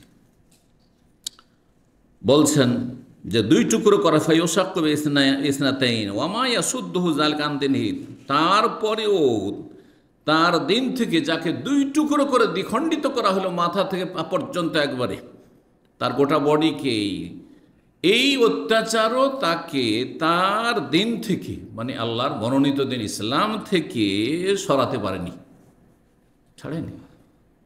যেন বেলাল রাদিয়াল্লাহু তাআলা আহাদ আহাদ আহাদ আহাদ করতে থেকেছে। অথচ মদিনার অলিতে গলিতে গরম পাথরের ওপর, গরম বালির ওপর তাকে টেনে হেঁচড়ে নিয়ে বাড়া হয়েছে। গলিতে গলিতে টেনে হেঁচড়ে নিয়ে বাড়াচ্ছে, টেনে হেঁচড়ে নিয়ে বাড়াচ্ছে। আল্লাহু আকবার। আর তিনি আহাদ আহাদ করছেন। বারবার করে ওই কাফেররা বলছে যে মোহাম্মদকে গাল দে, হ্যাঁ, কালেমা ছাড়, আমাদের ধর্মে ফিরে আয়। একটি কথা, আহাদুন আহাদ আহাদুন আহাদ, এক আল্লাহ এক আল্লাহ এক আল্লাহ, আমি আর কিছু বুঝিনি। আল্লাহু আকবার। ওয়ুমশাতু বিআমশাতিল হাদিদ, আর একটি নজির বর্ণনা করছেন যে এই রকমের জুলম হয়তো বিগত যুগে যারা মুমিন মুসলিম হয়েছে আর দুর্বল, ওয়ুমশাতু বিআমশাতিল হাদিদ, লোহার চিরুনি নিয়ে আসা হইতো। আর চিরুনি নিয়ে এসে তার কি হইতো, লোহার চিরুনি দিয়ে তার শরীরের গোস্ত, হাড্ডি এবং শিরা উপশিরাগুলিকে কি করা হইতো, আঁচড়িয়ে নেওয়া হইতো। আঁচড়ে নেওয়া হতো চিরুনি দিয়ে, যেমন আঁচড়াই। হ্যাঁ, এখন চিরুনি চুলে লাগাচ্ছেন সেই জন্য ব্যথা পাচ্ছেন না, কিন্তু চিরুনি যদি এইভাবে ঘষেন আপনি বডিতে, তাহলে ধীরে ধীরে আপনার চামড়া উঠে যাবে, তারপরে আপনার রক্ত বের হওয়া শুরু হবে, হবে না? হবে না? তো এইভাবে জুলমতা শরীরের ওপর লোহার চিরুনি ব্যবহার করে গোস্ত, হাড্ডি আর শিরা উপশিরাগুলিকে কি করে দেওয়া হতো, আঁচড়িয়ে নেওয়া হইতো। শুধু হাড্ডি, হাড় রাখা হয়তো, কঙ্কাল রাখা হইতো। কত কষ্ট দিত আর কত জুলম অত্যাচার করতো এই জালেমরা। ওমা ইয়াসুদ্দুহু যালিকা আন দীনিহি, তারপরেও এইরকম জুলম অত্যাচার আল্লাহর দিন থেকে তাদেরকে সরাতে পারতো না, ছাড়তো না। দিন মরে যেত, শহীদ হয়ে যেত। ওয়াল্লাহি, আল্লাহর কসম করে বলছি, ধৈর্য ধরো, লা ইউতিম্মান্না হাযাল আমরা, আল্লাহ অবশ্যই এই দ্বীনে ইসলামকে পূর্ণতা দান করবেন। হাত্তা ইয়াসিরার রাকিব, এমন একটা সময় আসবে যখন একজন আরোহী, রাকিব ওটের পিঠের আরোহী ভ্রমণ করবে। সারা ইয়াসির মানে ভ্রমণ করবে কোত্থেকে, সানআ, ইয়ামানের, বর্তমানে ইয়ামানের রাজধানী সানআ নামক স্থান থেকে হাজরামৌত পর্যন্ত। হাজরামৌত হচ্ছে দক্ষিণ ইয়ামান আর সানআ হচ্ছে উত্তর ইয়ামানে। 500-600 কিলোমিটার বা তারও বেশি, 500-600 কিলোমিটার, 700 কিলোমিটার। এখান থেকে ধরেন রিয়াদ, আল কাসিম সফর করবে। নবী সাল্লাল্লাহু আলাইহি ওয়াসাল্লাম বলছেন, লা ইয়াখাফু ইল্লাল্লাহ, মানুষ বলে ভয় থাকবেন না। আজকে মক্কা তোমার বাড়ি থেকে বেরোতে পারছো না, ঈমান ইসলামের কথা প্রকাশ করতে পারছো না, জানাতে পারছো না যে আমি মুসলিম হয়ে গেছি। লুকিয়ে রাখতে হচ্ছে ইসলামকে, লুকিয়ে এসে দেখা করতে হচ্ছে রাসূলুল্লাহ সাল্লাল্লাহু আলাইহি ওয়াসাল্লামের সাথে। এইরকম অবস্থা থাকবে না সবসময়। লা ইয়াখাফু ইল্লা, আল্লাহ ছাড়া কারো ভয় থাকবে না। আও ইযিবা আলা গানামিহি, আর একটি ভয় থাকবে, সেটা হচ্ছে যে যার ছাগলের পাল আছে, নেকড়ে বাঘ বলে ভয় থাকবে শুধু। কারণ নেকড়ে বাঘ মোমেন মুসলিমের এগুলো ছাগল, মেষ, ভেড়া ভেড়ি না কাফের, বুঝবে? হ্যাঁ, অবুঝ প্রাণী, তাই না? আর নেকড়ে বাঘ যদি পাল ছাড়া কোনো মেষ পায়, বকরি পায়, তো সেটার উপর হামলা করে। এই জন্য নবী সাল্লাল্লাহু আলাইহি ওয়াসাল্লাম বলেছেন, তোমরা জামাতবদ্ধ থাকবে। শয়তান, ইবলিশ শয়তান, জিন শয়তান হচ্ছে নেকড়ে বাঘের মতো। নেকড়ে বাঘ পালের উপর হামলা করতে খুব ভয়, কারণ নেকড়ে বাঘ, বাঘ হইল নামটা বাঘ, কিন্তু খুব ভীতু, খুব ভীতু, সিংহভাগের মতো সাহসী না, বা অন্য বাঘের মতো ভীতু, ভয় কাজ করে। যদি দেখে যে একদল আছে, পালিয়ে যাবে। পাল ভরা বকরি আছে, ও ঢুকতে সাহস করে না পালের ভিতরে, পাল ছাড়া বকরি ধরে একটা দুটো পেলে। তো ওয়ালাকিন্নাকুম তাস্তাজিলুন, কিন্তু তোমরা তাড়াহুড়া করছো। তাড়াহুড়া করিও না, সময় এমন একটা আসছে। আর সত্যি কতদিন, 13 বছর, 13 বছর এমনটা থাকলো। তারপরে আর মাত্র 2 বছর, বরং 1 বছর, দ্বিতীয় বছরই, দ্বিতীয় হিজরিতে কি হয়ে গেল, বদরের যুদ্ধ হয়ে গেল। বদরের যুদ্ধ পর্যন্ত মক্কার কাফেরদের অহংকার, দাপট এমন ছিল যে তারা কল্পনা করতে পারেনি যে এইরকম মার পড়বে আল্লাহর পক্ষ থেকে। আবু জাহাল অসহায় হয়ে নিহত হবে, কল্পনা করতে পারেনি। 70 জন যখন তাদের জাহান্নামে পৌঁছে গেল নিহত হয়ে মুসলিমদের হাতে, আর 70 জনকে ধরে বেঁধে নিয়ে এসে মসজিদ নববীতে খুঁটির সাথে বেঁধে দেওয়া হইল একেবারে। আর তারা প্রত্যেককে ছাড়া হলো, দাও, পণ দাও, আর তারপরে মুক্তিপণ, আর যাও, ছুটে যাও। তখন তাদের অহংকার চূর্ণ বিচূর্ণ হয়ে গেল। এখন চিন্তা করতে বাধ্য। তারপরও চেষ্টা চালিয়েছে খন্দক পর্যন্ত, খন্দকের যুদ্ধ পর্যন্ত চেষ্টা চালিয়েছে, 5ম হিজরি পর্যন্ত। তারপরে নবী সাল্লাল্লাহু আলাইহি ওয়াসাল্লাম বললেন যে এই যে পালাইলো খন্দকের যুদ্ধ থেকে এরা, আল্লাহর পক্ষ থেকে যে আযাব ফেরেশতা নাজিল করে দিয়েছেন আল্লাহ রাব্বুল আলামিন, তারপরে ঘূর্ণিঝড় আর প্রচণ্ড ঠান্ডা, কনকনে ঠান্ডা, আর এমন ঝড় শুরু হলো যে তাদের তাঁবু টাবু সব উড়িয়ে নিয়ে পারলো। আর এমন ধুলো বালি এই ঝড়ে, যে ধুলো বালি তাদের চোখে মুখে নাকে এত বেশি ঢুকে গেল, কিছুই দেখতে পায় না তারা। আল্লাহু আকবার। সূরা আহজাব আল্লাহ বর্ণনা করেছেন। নবী সাল্লাল্লাহু আলাইহি ওয়াসাল্লাম ভবিষ্যদ্বাণী করে দিলেন, এটিও নবী সাল্লাল্লাহু আলাইহি ওয়াসাল্লাম মুআজিজা, আল আনা নাগজুহুম ওয়ালা, এরপরে আমরাই তাদের উপর ধাওয়া করে হামলা করতে যাব, ওরা কোনোদিন আর সাহস করবে না। তারপর মদিনার কাছেও কোনো কাফের হামলা করার জন্য আসেনি। তো অবস্থার পরিবর্তন অবশ্যই হবে, কিন্তু আমাদেরকে নিজেদেরকে সংশোধন করতে হবে, ভালো মানুষ হওয়ার চেষ্টা করতে হবে, প্রত্যেকের আত্মপর্যালোচনা করতে হবে যে আমাদের জীবনে যদি কাবিরা গুনাহ থাকে তো শুধু বড় বড় কথা বলে লাভ আছে? হ্যাঁ, নিজের ফরজে যদি ঘাটতি থাকে, হারাম না জায়েজে যদি লিপ্ত থাকেন, তাহলে কি আর আশা করতে পারছেন? যারা দিন শিখছেন তাদের মধ্যে যদি কাবিরা গুনাহ থাকে, তো মুসলিম সমাজের অধিকাংশ লোক তো দিন শিখতেই চায় না, ইসলাম শিখতেই চায় না, কারণ এতে কিছু পাওয়া যায় না। সব জায়গায় শিখবে কখন? যখন পয়সা আছে। পয়সা আছে তো শিখবে, সব কিছু পয়সা আর পয়সা, কাফেরদের মতো চিন্তা চেতনা। জি, তাহলে কোথা থেকে সাহায্য আসবে? 3613 নম্বর হাদিস বর্ণনা করছেন ইবনে আমর, বলছেন আম্বানি মুসা বিন আনাস, মুসা বিন আনাস আমাকে হাদিসটি জানিয়েছেন। আনাস বিন মালিক রাদিয়াল্লাহু তাআলা আনহু থেকে বর্ণিত। মুসা বিন আনাস, আনাসের ছেলে, তার বাবা থেকে বর্ণনা করছেন আন্নান নবী সাল্লাল্লাহু আলাইহি ওয়াসাল্লাম ইফতাকাদা সাবিত বিন কাইস। আর একটি ঘটনা, নবী সাল্লাল্লাহু আলাইহি ওয়াসাল্লাম, আগেরটি কেমন করে মুজিজা নবী সাল্লাল্লাহু আলাইহি ওয়াসাল্লামের, এমন একটা যুগ আসবে, এরকমটা হবে যে মানুষ সানা থেকে হাজরামত, উত্তর ইয়ামান থেকে দক্ষিণ ইয়ামান সফর করবে, আরবের এক প্রান্ত থেকে আরেক প্রান্ত সফর করবে, আল্লাহ ছাড়া কারো ভয় থাকবে না। ভবিষ্যৎবাণী, নিরাপত্তা, এমন নিরাপদ মুসলিমরা হয়ে যাবে। আজকে মক্কাতে বাড়িতে নিরাপদ না, ভবিষ্যৎবাণী। এটা মুজিজা নবী সাল্লাল্লাহু আলাইহি ওয়াসাল্লাম। আর এখানে মুজিজা বলছেন নবী সাল্লাল্লাহু আলাইহি ওয়াসাল্লাম একদিন সাবেদ বিন কায়েস ইবনে শাম্মাস তার নাম ছিল, ইনি সাহাবায়ে কেরামের মধ্যে সবচেয়ে বড় বক্তা ছিলেন, খতিব ও রাসূলুল্লাহ সাল্লাল্লাহু আলাইহি ওয়াসাল্লামের বক্তা, বাগ্মী বক্তা ছিলেন সাহাবায়ে কেরামের মধ্যে। সাবেদ বিন কায়েস যে বক্তা হয় তার আওয়াজ কি হয়? একটু জোরে হয়, আমাদের মতো আওয়াজ না, তাই না? যে বক্তা হয় সে যে যত বেশি চিল্লাতে পারে সে তত বড় বাগ্মী বক্তা। হ্যাঁ, কিন্তু যদি এলেম না থাকে তো ওই এমন আকাশের মেঘের মতো যাতে কোনো বৃষ্টি হয় না। যেসব বক্তাদের আওয়াজ আছে, হ্যাঁ, মানুষকে আকর্ষণ করতে পারে, ধরে রাখতে পারে ঘন্টার পর ঘন্টা, কিন্তু এলেমবিহীন বক্তা, এলেমে ইয়তিম মিসকিন, তাদের উদাহরণ হচ্ছে কিসের মতো? এমন আকাশের মেঘ যাতে তর্জন গর্জন তো খুব আছে, ভ্রম ভ্রম করে আওয়াজ হচ্ছে, কিন্তু এক ফোঁটাও বৃষ্টি হলো না। অর্থাৎ এইসব জাহিল বক্তাতে কিছু এলেম পাওয়া যাবে না, ইসলাম পাওয়া যাবে না। এবার বুঝতে পেরেছেন? সুতরাং এমন বক্তার কাছে কমপক্ষে শুনবেন যেই বক্তার এলেমের সাথে তার আওয়াজে জোর আছে, হ্যাঁ, তার কথাতে তাসির আছে।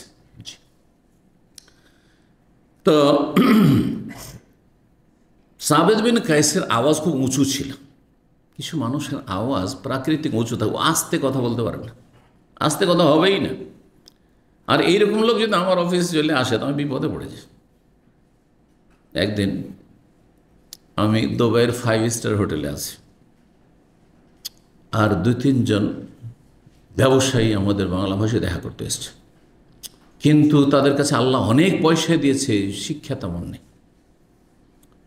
আসার পরে যখন হোটেল থেকে বিদায় করছি, বা ইফতার পার্টি ছিল, ইফতারি রমজান মাস ছিল, ইফতারিতে আমার এক জায়গায় দাওয়াত ছিল, তো চলো একসাথে বেরিয়ে যাচ্ছি। 5 স্টার হোটেলের গ্যালারিতে যাচ্ছে, এত জোরে কথা বলছে যে আমি লজ্জাতে আমার ঘাম চলে আসছে, যে মানুষের বলবে কি, এখানে অমুসলিম বহু আছে, তারপরে ফাসেক ফাজের দুনিয়াদার লোকেরা তাদেরই বেশি বাসা এগুলোতে। হ্যাঁ, যখন দেখবে এইসব দাড়িওয়ালার লোকেরা, আর তারপরে হই হই করে আওয়াজ করছে 5 স্টার হোটেলে আর যাচ্ছে, তোকে বলবে যে এরা অসভ্য, বলবে না? তো এদের কারণে আমিও অসভ্য হয়ে যাব। আমাকে এটা খুবই ভয় লাগে। এই রাস্তাঘাটে যে হইচই চিল্লাচ্ছে, গল্প করছে, আর টেলিফোন করছে, ওই হ্যাঁ স্ত্রীর উপরে রেগে গেছে, আর এমন চিল্লাচ্ছে মনে করছে কেউ শোনে না আমার কথা, চারিদিকে শুনছে। এত বেহুশ হলে কি আর কাজ হয়? জি, মাঝে মাঝে ওই কর্নিশে হাঁটতে গিয়ে, ওদিকে যেহেতু বাসা, দেখি যে সকাল সকাল ডিউটিতে এসছে, রাস্তাতে ডিউটি করছে কিছু ছেলে, ক্লিনারগুলো বিশেষ করে, আর এত জোরে জোরে কথা বলছে, এত জোরে জোরে, ও কোনো দিকে দেখে না, কোনো দিকে দেখে না। কখনো স্ত্রীর সাথে কথা বলছে, কখনো মায়ের সাথে কথা বলছে, কখনো কারোর সাথে ঝগড়া করছে, তর্ক করছে। আর আমি এগুলো অসভ্যতা, এটা সভ্য হতে শিখেন, সভ্য হতে শিখেন। তারপরে আপনি আছেন কোন জায়গায়, কোন পরিবেশে আছেন, কোন সমাজে বাস করছেন, এগুলো খেয়াল রাখতে হবে, এগুলো খেয়াল রাখতে হবে। তো যাই হোক, কি বলছিলাম, আওয়াজ কিছু লোকের প্রাকৃতিক এত জোরে। আমাদের দু একজন ছাত্র ছিল, ও আসলে হই হই হই করে কথা বলছে, ঠান্ডা হয়, একটু আস্তে কথা বলো, আরে আস্তে কথা বলো। কথা আমি চাই না যে আমার অফিস থেকে বা আমার পাশে কেউ কথা বলছে অন্য কারো ডিস্টার্ব হবে, কারণ তার যদি কষ্ট হয় তো সে বিরক্তি বোধ করবে। আর তারপরে তার লোকেরা যদি আসে আর ওইরকম চিল্লায়, তো আমিও কোনো কথা বলতে পারবো না, কিন্তু আপনার লোকেরা ওইরকম করে, ঠিক না? তা আমি অনেকগুলি কথা চিন্তা করি, একটা অফিসের মতো, হ্যাঁ, বা বিদেশের মতো। আপনি যে দেশ আছেন সেই দেশের আপনি সংস্কৃতি অনেক খেয়াল রাখবেন। জি, থুতু ফেলার ক্ষেত্রে রাস্তাঘাট, ইন্ডিয়া বাংলাদেশের মানুষের, হ্যাঁ, পাকিস্তানের মানুষের স্বভাব, রাস্তায় হাঁটছে, থুতু এলো দিল, ডানে বামে ফেলে, মানুষ হাঁটছে দিলেও ফেলে, আর এই ধরনের। তারপরে অনেকে বাসার বাইরে খালি গায়ে বেরিয়ে গেল, আরে ভাই গেঞ্জি গিয়ে খালি গায়ে লুঙ্গি পরে বেরিয়ে গেল, ঠিক আছে, লুঙ্গি হয়তো চলতে পারে, আজকাল চলে না, কিন্তু ফাইন লাগছে। কত ফাইন জানা আছে না নেই? হ্যাঁ, 100 না 150? না 500 না, 100 অথবা 150। হ্যাঁ, 100 না 100। আমাদের কোনো ভাইকে ফাইনও লেগেছে। তো লুঙ্গি পরে আপনি গেটের বাইরে কেন বেরোবেন, আর গেঞ্জি পরে কেন বেরোবেন? ভিতরে গেঞ্জি, টি শার্ট গেঞ্জি যদি হয়, যেগুলো পরে মানুষ ফ্লাইটে সফর করছে, আপনি এই গেঞ্জি পরে দুনিয়া ঘুরে বেড়ান, বুঝতে পারছেন, অসুবিধা নেই। আজকাল পশ্চিমার তাই করছে, কিন্তু যেটা জুব্বার নিচের গেঞ্জি, সেই গেঞ্জি পরে যদি বাইরে বেরোন আপনি, আপনাকে সেই দেশের সভ্যতার কথা। আমাদের দেশে খালি গায়ে বেরিয়ে যান, অসুবিধা নেই, অসুবিধা আছে, সবাই খালি গায়ে মাঠে ঘাটে ঘোরাবে, এটা করছে, আপনি করছেন, কিন্তু আপনি যেখানে আছেন সেখানকার কথা খেয়াল রাখতে হবে। যাই হোক, এই কথা প্রসঙ্গে বললাম। তো সাবিত বিন কায়েসকে নবী সাল্লাল্লাহু আলাইহি সাল্লাম কয়েকদিন দেখতে পাচ্ছেন না। ইফতাকাদা মানে যেন হারিয়ে ফেলেছেন। আরে মজলিসে প্রতিদিন এসে বসে আর নেই, কয়েকদিন দেখতেই পাচ্ছি না। ফাকাল নবী সাল্লাম তখন জিজ্ঞেস করলেন যে সাবিত বিন কায়েস কোথায়, কয়েকদিন থেকে দেখছি না, যে সামনে মজলিসে বসেই না। ফাঁকা নামাজ পড়ে মসজিদ নবীতে, আর টান দিয়ে সালাম ফিরে বাড়ি চলে যায়, এরকম করে বাড়ি চলে যায়। আর বাড়ি গিয়ে শুধু কান্না করে, ঘটনা বাড়ি গিয়ে কান্না করে। ঘটনা কি ছিল? ঘটনা যে সূরা হুজরাত নাযিল হয়েছে। সূরা হুজরাতে আল্লাহ বলেছেন, নবী সাল্লাল্লাহু আলাইহি ওয়াসাল্লামের সামনে তোমরা আওয়াজ উঁচা করে কথা বলিও না। লা তারফাউ আসওয়াতাকুম ফাওকা সাউতিন নবী। হে ইমানদারগণ, তোমরা নবীর সামনে তোমাদের আওয়াজ উঁচা করে কথা, মানে তোমাদের আওয়াজ যেন নবীর চাইতে বেশি উঁচা না হয়ে যায়। তো নবী সাল্লাল্লাহু আলাইহি ওয়াসাল্লাম আস্তে কথা বলতেন। আর এই সাহাবীর আওয়াজ এমনিতে প্রাকৃতিক জোরে ছিল। কোনো মাসলাও জিজ্ঞাসা করছে, ইয়া রাসূলুল্লাহ, এইরকম করে যদি জিজ্ঞেস করে, তো আয়াত যখন নাজেল হয়ে গেছে, আর আয়াতের শেষখানে আছে মারাত্মক কথা, কিন্তু খুব শক্ত কথা, ওয়ালা তাজহারু লাহু বিল কওলি কাজহারি বাযিকুম লিবায। তোমরা একে অপরের সাথে যেমন গল্প গুজব করো আর কথা বলছো, ওইভাবে নবীর সামনে কথা বলে, একটু আদবের সাথে কথা বলবে। কেন? আনতাহবাতা আমালুকুম ওয়া আনতুম লা তাশউরুন, নাহলে তোমাদের আমলগুলি সব বরবাদ হয়ে যাবে, নষ্ট হয়ে যাবে, আর তোমরা টেরই পাবে না যে আমলনামা থেকে আমলনামা গায়েব হয়ে গেছে, আমলনামা থেকে নেকি সব মাইনাস হয়ে গেছে। তাহলে আয়াতে কি বলা হচ্ছে? যদি নবী সাল্লাল্লাহু আলাইহি ওয়াসাল্লামের সামনে কেউ বেয়াদবি করে উচ্চস্বরে কথা বলে, কি হয়ে যাবে? আমল নষ্ট হয়ে যাবে। আয়াত যেমন নাজল হয়েছে, শুনেছেন আয়াত, আর তারপরে তিনি সালাম ফিরে দৌড় দিয়ে ঘরে চলে যান, আর গিয়ে বলেন, কান্না করেন, শুধু কান্না করেন। দুই একদিন হয়ে গেছে, তারপরে নবী সাল্লাল্লাহু আলাইহি ওয়াসাল্লাম যখন খোঁজ করেছেন, তখন তার বাড়িতে গিয়ে এই এক সাহাবী গিয়ে খবর নিয়েছে যে কী ব্যাপার, তুমি আসো না কেন? নবী সাল্লাল্লাহু আলাইহি ওয়াসাল্লাম তোমাকে তলাশ করছেন, দেখতে পাচ্ছেন না, কয়েকদিন থেকে তুমি মজলিসে বসো না, দরসে বসো না। তখন বলছে, আর আমি যেতে পারছি না নবী সাল্লাল্লাহু আলাইহি ওয়াসাল্লামের সামনে, কারণ আমার আমল সব নষ্ট হয়ে গেছে, যা জীবনে নেক আমলকে সব বরবাদ হয়ে গেছে, কারণ আল্লাহ কোরআন আয়াত নাযিল করেছেন। সুবহানাল্লাহ।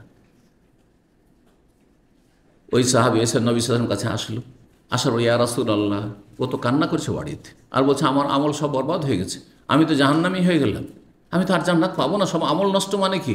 আমার নেকির আমল নামা খালি শূন্য, সুতরাং আমি তো জাহান্নামী হয়ে গেলাম। আর শুধু কাঁদছে। নবী সাল্লাল্লাহু আলাইহি ওয়াসাল্লাম বলে, যাও তুমি ওকে ডেকে নিয়ে এসো আমার কাছে। এই ঘটনা শুনে তারপরে বলছেন, ফাকাল রাজুল, এক লোক বলে, ইয়া রাসূলুল্লাহ, হে আল্লাহর রাসূল, আনা আ'লামু লাকা ইলমাহু, আমি জেনে আসছি যে তার কি খবর।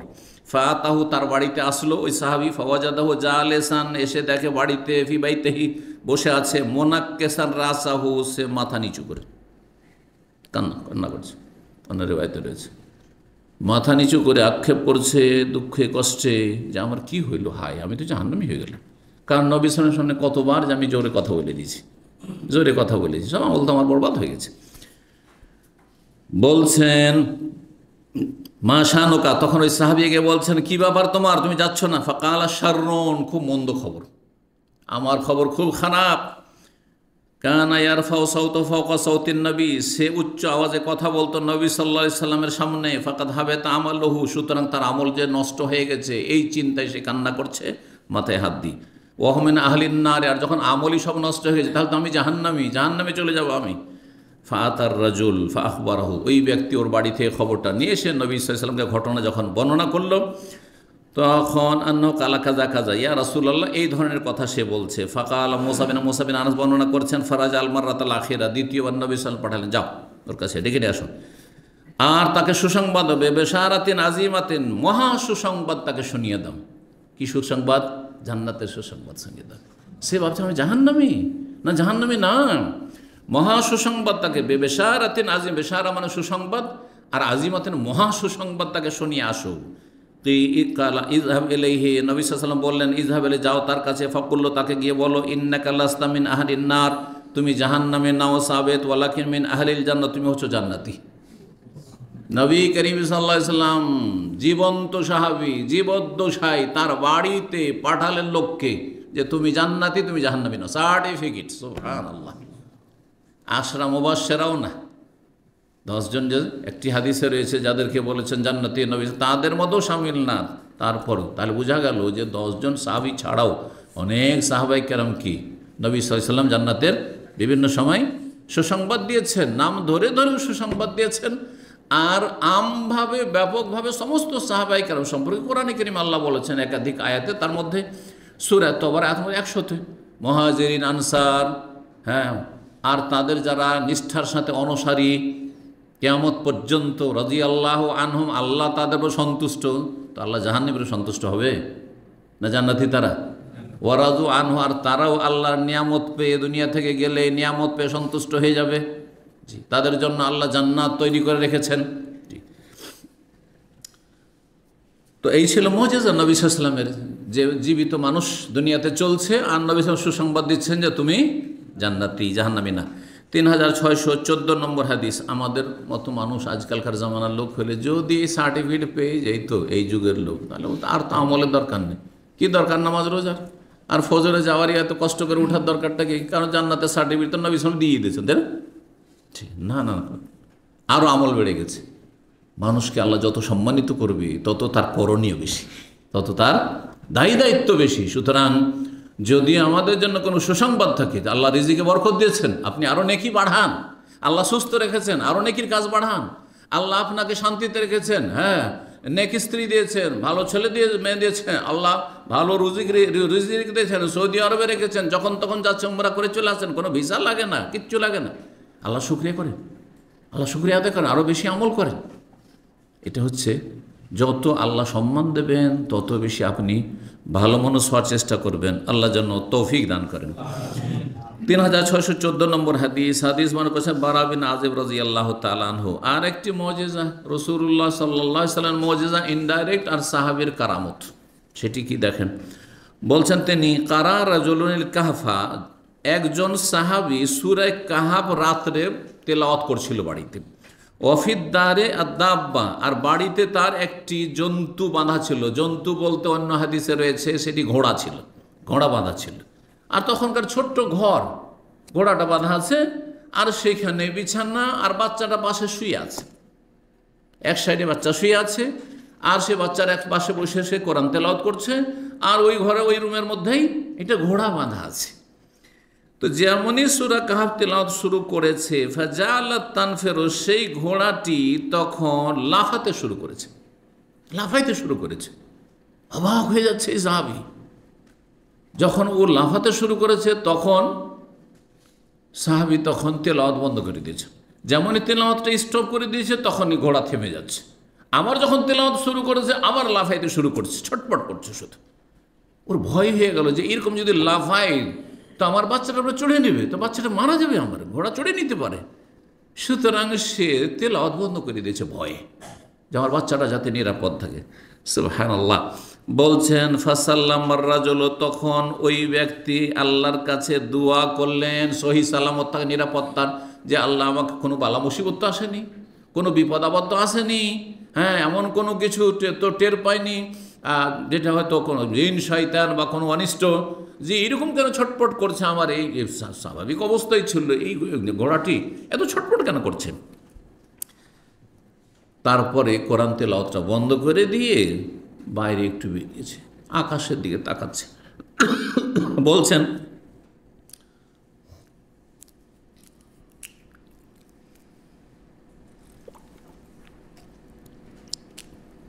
ফায়দা দাবাবাতুন, দেখছেন আকাশে কুয়াশা হয়ে রয়েছে। দবাবা বলা হয় কুয়াশাকে। আজকাল যে রাস্তাগুলোতে আলহাসার দিকে যখন যাবেন দামাম থেকে বেরিয়ে দবাব লেখা থাকে বা দবাব লেখা থাকে, ইংরেজিতে লেখা আছে আর আরবিতে লেখা আছে দবাব, মানে এই রাস্তাগুলোতে কুয়াশা থাকে। বিশেষ করে শীতকাল যখন কাছে আসে বা শীতকালে খুব কুয়াশা থাকে, আর যার ফলে যখন তখন এমন দুর্ঘটনা হয়, গত কয়েক বছর আগের ঘটনা, বেশি দিন না, একটা অ্যাক্সিডেন্ট হয়েছে এই কুয়াশায়। কারণ এই রাস্তাটা খুব চলতি রাস্তা, অনেকে দামামে থাকে, দামাম থেকে গিয়ে ওই আলহাসা ডিউটি করে, আবকিক ডিউটি করে, আবার ওই দিক থেকে আলহাসা আবকিক থেকে এসে দামামে ডিউটি করে। একটা গাড়ি আর একটা গাড়িকে ধাক্কা দিতে দিতে দিতে 50টি গাড়ি অ্যাক্সিডেন্ট হয়েছে। আমাদের একজন ট্যাক্সিওয়ালা ভাই এরপরে ট্যাক্সি চালাতেন, উনি নিজে তার একজন যার গাড়ি অ্যাক্সিডেন্ট হয়েছে, বলছে যে একের পর এক 50-এর বেশি গাড়ি যখন অ্যাক্সিডেন্ট, মরুর এসে করবেটা কি, বেশ সব মাফ, একেবারে এত কোথা থেকে এইসব করবে, নোট করবে, সব মাফ, সব নিজের নিজের গাড়ি নিয়ে চলে যাও, নিজের নিজের গাড়ি ঠিক করে নাও, এই হলো অবস্থা। তো দবাব কুয়াশাকে বলা হয়। আও সাহাবাতুন, অথবা মেঘমালা, আকাশে দেখছে কুয়াশার মতো অন্ধকার হয়ে আছে। আর কেউ কেউ বলেছেন দবাব, দবাবের শাব্দিক অর্থ এটা করলাম। আর কেউ বলছেন যে ওই শব্দটির পার্থক্য শুধু, কিন্তু ভাব অর্থ একই, যে আকাশে দেখছেন যে মেঘমালা হয়েছে, অথচ আকাশে মেঘ নেই। মদিনার আকাশে তখন মেঘ নেই, কিন্তু মেঘের মতো তিনি দেখছেন বাইরে বেরিয়ে। গাশিয়াত, তার বাড়িটাকে ঢেকে আছে। মেঘ থাকলে গোটা মদিনাই থাকবে, কিন্তু তার বাড়ির ওপরে যেন মেঘ আকাশে ভাসছে। ফাজাকারাহুল নবী সাল্লাল্লাহু আলাইহি ওয়াসাল্লাম, নবী সাল্লাল্লাহু আলাইহি ওয়াসাল্লাম কাছে সকালে এসে আলোচনা করি, ইয়া রাসূলুল্লাহ, ঘটনা রাত্রে এরকম ঘটেছে, তা আমি ভয়ে কোরআন তেলাওয়াত বন্ধ করে দিয়েছি। নবী সাল্লাল্লাহু আলাইহি ওয়াসাল্লাম বললেন, তুমি বন্ধ কেন করলে? বন্ধ না করলে সকাল হয়ে যেত এই অবস্থায়, আর গোটার মদিনাবাসী এটা দেখতে পেত। আল্লাহু আকবার। ফাকালা, তখন নবী সাল্লাল্লাহু আলাইহি ওয়াসাল্লাম বলে, সংক্ষেপে রয়েছে এখানে হাদিসটি, ইকরা ফুলান, তুমি তেলাওয়াত করতে থাকো, বা তেলাওয়াত করতে থাকতে ভালো হইতো। ফাইন্নাহাস সাকিনা, এটি হচ্ছে ওই যে তোমার বাড়ির ওপরে দেখছো মেঘমালা অথবা কুয়াশার মতো হয়ে আছে, ঢেকে আছে, সেটি হচ্ছে প্রশান্তি, আল্লাহর পক্ষ থেকে শান্তি নেমে এসছে, রহমত বরকত নেমে এসছে। নাজালাত লিল কোরআন, কোরআনের জন্য, কোরআন তেলাওয়াতের কারণে নেমে এসেছে। আও তানাজ্জালাত লিল কোরআন, নাজালাত বলেছেন অথবা তানাজ্জালাত, দুটোর মানে হচ্ছে অবতরণ করা, নেমে আসে। এই সাহাবীর নাম কেউ জানেন? আনসারি সাহাবী উসাইদ বিন হুদায়র রাদিয়াল্লাহু তাআলা। উসাইদ বিন হুদায়র একজন নেতৃস্থানীয় ব্যক্তি ছিলেন আনসারীদের রাদিয়াল্লাহু তাআলা। 3615 নম্বর হাদিস এটি। তাহলে সাহাবীর কারামত, আর সাহাবীর কারামত বা কোনো মুসলিমের কারামত নবী সাল্লাল্লাহু আলাইহি ওয়াসাল্লামের মুজিজা। কারণ এটা কিসের মাধ্যমে হাসিল হয়েছে একদিন বলেছি, কিন্তু নবী সাল্লাল্লাহু আলাইহি ওয়াসাল্লামের অনুসরণ কারণে সেটা তিনি হাসিল করেছেন। তিনি যদি নবী সাল্লাল্লাহু আলাইহি ওয়াসাল্লাম অনুসারী না হতেন তো এই মর্যাদা হাসিল হতো না। 3615 হাদিস নম্বর। বারা বিন আযিব বলছেন, যা আবু বকর, একদিন আবু বকর সিদ্দিক রাদিয়াল্লাহু তাআলা আসলেন, এলা আবি, আমার আব্বার কাছে। বারা যুবক ছেলে, বলছেন আমার আব্বা আযেবের কাছে আসলেন, ফি মানজিলি, তার বাড়িতে। ফাশতারা মিনহু রাহলান, আমার আব্বার কাছ থেকে একটি উটের পিঠের পালকি হাওদা কিনলেন। উটের পিঠের ওপর বসার জন্য যে একটা পালকির মতো তৈরি করা থাকে, দেখেছেন না, এইটা কিনলেন। ফাকাল আলী আজেব, তখন আজেবকে আবু বকর সিদ্দিক রাজিয়া বললেন যে ইবাস ইবনাকা, তোমার ছেলেটিকে পাঠাও, ইয়াহমেলহ মাই, যে এই হাওদাটি পালকিটি আমার বাড়িতে একটু পৌঁছে আসবে। তাহলে ক্রেতা যদি বিক্রেতার কাছে এরকম শর্ত লাগায় যে আমি তোমার এই মাল সামান কিনলাম, কিন্তু আমার বাড়িতে একটু দিয়ে আসতে হবে, জায়েজ। আল মুসলিমুন আলা শুরুতে, যেমন আপনাদের কেক কিনছে কেউ, দুই রকম করে, একটা হচ্ছে যে রুম সার্ভিস দিয়ে আসতে হবে, আর সেটা এই মূল্যে সামিল থাকবে যেমন চুক্তি হয়, উদাহরণস্বরূপ। আর আরেকটি হচ্ছে যে না, কাস্টমার আপনি আসবেন, আপনি এসে নিয়ে যাবেন, এটা আপনার দায়িত্ব, এরকম হইতে পারে। জি হ্যাঁ, যেমন আজকাল হাঙ্গারি স্টেশনগুলোর মাধ্যমে করছে না, কখনো অতিরিক্ত চার্জ করছে, আর কখন আবার ফ্রি থাকছে, যে ফ্রি পৌঁছে দিচ্ছে, তহসিল মজ্জানি কি বলছে, পৌঁছে দেওয়া হচ্ছে ফ্রি। জি, তো তাহলে জায়েজ আছে। মাসলা দেখেন, হাদিস থেকে মাসলা এইভাবে ইস্তেমাত করতে হবে, যে কেউ এই কথা বলতে পারে না যে আমি আপনার কাছে সামান বিক্রি করি, যে আপনার সামান আপনি নিয়ে যাবেন, আমি আগেই চুক্তি করে নিয়েছি এই জন্য যে আমি সামান নিলাম ঠিক, কিন্তু সামানটা আমার বাড়িতে দিয়ে আসতে হবে। যেমন আজকাল সুপার মার্কেটগুলিতে যখন কাস্টমার মাল সামান কিনছে, তখন তাদের লেবাররা কী করছে, গাড়ি পর্যন্ত নিয়ে গিয়ে ট্রলি থেকে দিয়ে আসছে। যদি এমন দেওয়ার প্রচলন থাকে তাহলে বলতে পারে, আর যদি কন্ডিশন লাগা যে হ্যাঁ কিনবো সামান, কিন্তু আমাকে দিয়ে আসতে হবে, উঠিয়ে দিয়ে আসতে, আমি উঠিয়ে পারবো না, তাও করতে পারে। আর যদি বলেন না না না, আমাদের এখানে কোনো এই সার্ভিস নেই, আপনাকে আপনার লোক দিয়ে নিয়ে যেতে হবে, সেটাও জায়েজ। আল মুসলিমুন আলা শুরুতিহিম, সহিহ বুখারী হাদিস হয়েছে, মুসলিমরা যেমন যার সাথে শর্ত করবে সেই অনুযায়ী তাকে আমল করতে হবে।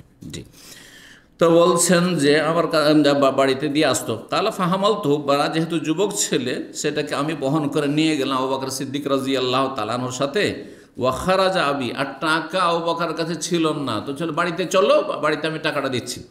আর হয়তো তার আব্বার টাকার প্রয়োজন ছিল, তখনই হয়তো তারা আছে, সেজন্য টাকাটা নেওয়ার জন্য, ক্যাশ নেওয়ার জন্য নিজে আবার চলে আসলেন, মানে বাপ বেটা দুইজনই আসছেন, কিন্তু আবু বকর সিদ্দিক রাদিয়াল্লাহুর বাড়িতে।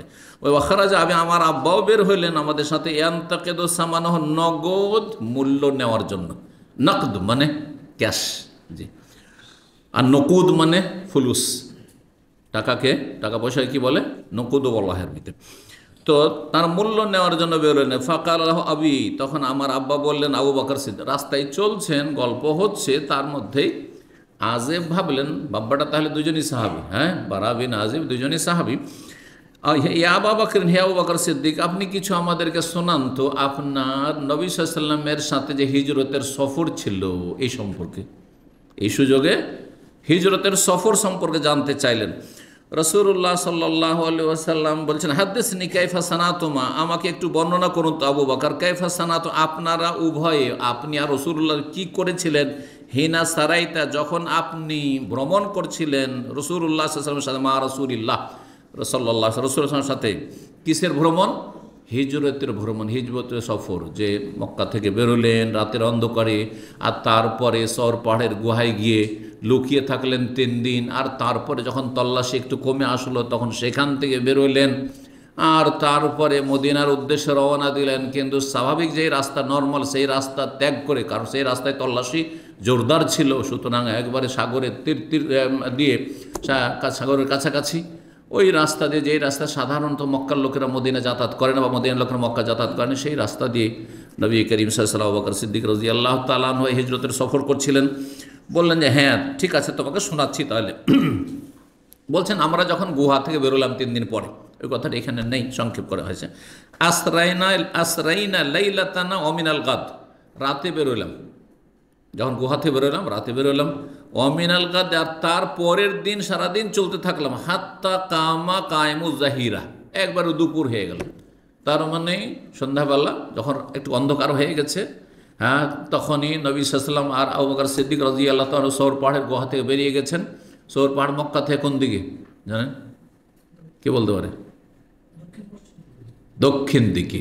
দক্ষিণ দিকে কেন গেল, দক্ষিণ দিকে তো মক্কা না, মক্কা মানে মদিনা না, মক্কা থেকে মদিনা হচ্ছে উত্তর দিকে, কিন্তু উল্টো দিকে কেন গেছেন, যাতে তল্লাশিটা কম হয়, কারণ সোজা যদি উত্তর দিকে, তো ওইদিকে তো তল্লাশি চলতে আছে, কারণ 100 উটের পুরস্কার কাফেররা ছেড়েছে, যে নবীকে যদি কেউ ধরে নিয়ে এসে দিতে পারে জীবিত অথবা মৃত অবস্থায়, মরা লাশও যদি এনে দিতে পারে, তাহলে 100 উট। এই 100 উটের জন্য আরবরা পাগল হয়ে গেছে কাফের, কারণ 100 উট যেমন তেমন কথা নয় তাদের কাছে, 100 উটের পুরস্কার, আল্লাহু আকবার। কিন্তু আল্লাহ হেফাজত করলেই কোনো অনিষ্ট স্পর্শ করতে পারে না। সারা রাত চলেছেন, কারণ তাড়াতাড়ি দূরে চলে যেতে হবে, মক্কা থেকে দূরে চলে যেতে হবে, সুতরাং এখানে কোনো জায়গায় থামা যাবে না, রাত কাটানো যাবে না, কারণ কোনো জায়গায় অবস্থান করলেই একটু কোনো আলো অথবা কোনো হদিস পেলেই দুশ্মনরা চলে আসবে, এসে আক্রমণ করবেন। তারপরে সারাদিন চলেছেন, দুপুর হয়ে গেছে আর প্রচণ্ড রোদ, ওয়াখালাত তারিখ, রাস্তা এখন শূন্য, কারণ দুপুরবেলা সাধারণত এই মরুভূমিতে গরমের দিনে কেউ পথ চলে না। লায়ামুর রফিহাদ, কোনো মানুষকে দেখতে পাচ্ছি না, জনহীন প্রান্তর দেখছেন, কোনো মানুষ নেই। যখন দেখলাম তখন আমরা দেখলাম যে একটি পাথর পড়ে আছে কোথাও, লম্বা পাথর, সেই পাথরটার ছায়া পাবো একটু, কারণ ছায়া ছাড়া তো কোথাও বিশ্রাম করা যাবে না, গাছপালা তো নেই আরব দেশে, বিশেষ করে মক্কা থেকে মদিনার রাস্তায়। ফারফিয়াত লানা সাখরাতুন তাওয়িলা, আমাদের সামনে প্রকাশ পেল, দেখা দিল একটি লম্বা পাথর। জি, পাথরের চাটান, উঁচা হয়ে আছে, একবারে পাহাড় নয় কিন্তু উঁচা পাথর হয়ে আছে। টিলাহিল্লাহাজিল্লুন, তার কিছুটা ছায়া আছে, লাম তাতে আলিহা শামস, সেখানে রৌদ্র এসে পড়ে না, সেই জায়গাটি ছায়া হয়ে আছে। কিসের ছায়া? ওই পাথরটির ছায়া হয়ে আছে। ভাবলাম যে এখানে নবী সাল্লাল্লাহু আলাইহি সাল্লাম একটু বিশ্রাম করবেন, আর আমরা এখানে অবতরণ করি। ফান্নাজালনা ইনদাহু, সেখানে আমরা অবতরণ করলাম। ওয়াসাওয়াইতু লিন-নবী সাল্লাল্লাহু মাকানান বিয়াদি, আমি নিজ হস্তে নবী সাল্লাল্লাহু আলাইহি সাল্লামের জন্য জায়গাটিকে সমতল করলাম, যাতে করে এখানে তিনি শুইতে পারেন, আরাম করতে পারেন। ইয়ানামু আলাইহি, ঘুমাতে পারেন নবী সাল্লাল্লাহু আলাইহি ওয়াসাল্লাম। ওয়া বাসাতু আলাইহি ফারওয়াতান, আর তারপরে সেই জায়গাটি সমতল করে দিয়ে সেখানে একটি চামড়ার চাদর বিছিয়ে দিলাম। ফারওয়া, আজকালকার এই যে শীতকালে যে আরবরা ব্যবহার করে যেটা, এটার নাম কি? এখন এরা ফারোয়া বলে, এটা ফারোয়া বলে, যেটা আলেম ওলামারা ব্যবহার করে বা খতিবরা ব্যবহার করে, এটাকে বিস্ত বলছে। কি বলছে? বিস্ত বলছে। আর একটি সুন্দর আরবি আছে মিশলা, মিশলা লেখা আছে, এই দোকান বলি যে এখানে দোকান আছে, আমার মসজিদের পাশে এগুলো দোকান আছে। কিন্তু যেটা শীতকালে ব্যবহার করা হয়, হ্যাঁ, মোটা হয়ে থাকে, সেই যুগে চামড়ার হইতো। সেই যুগে কিসের হইতো?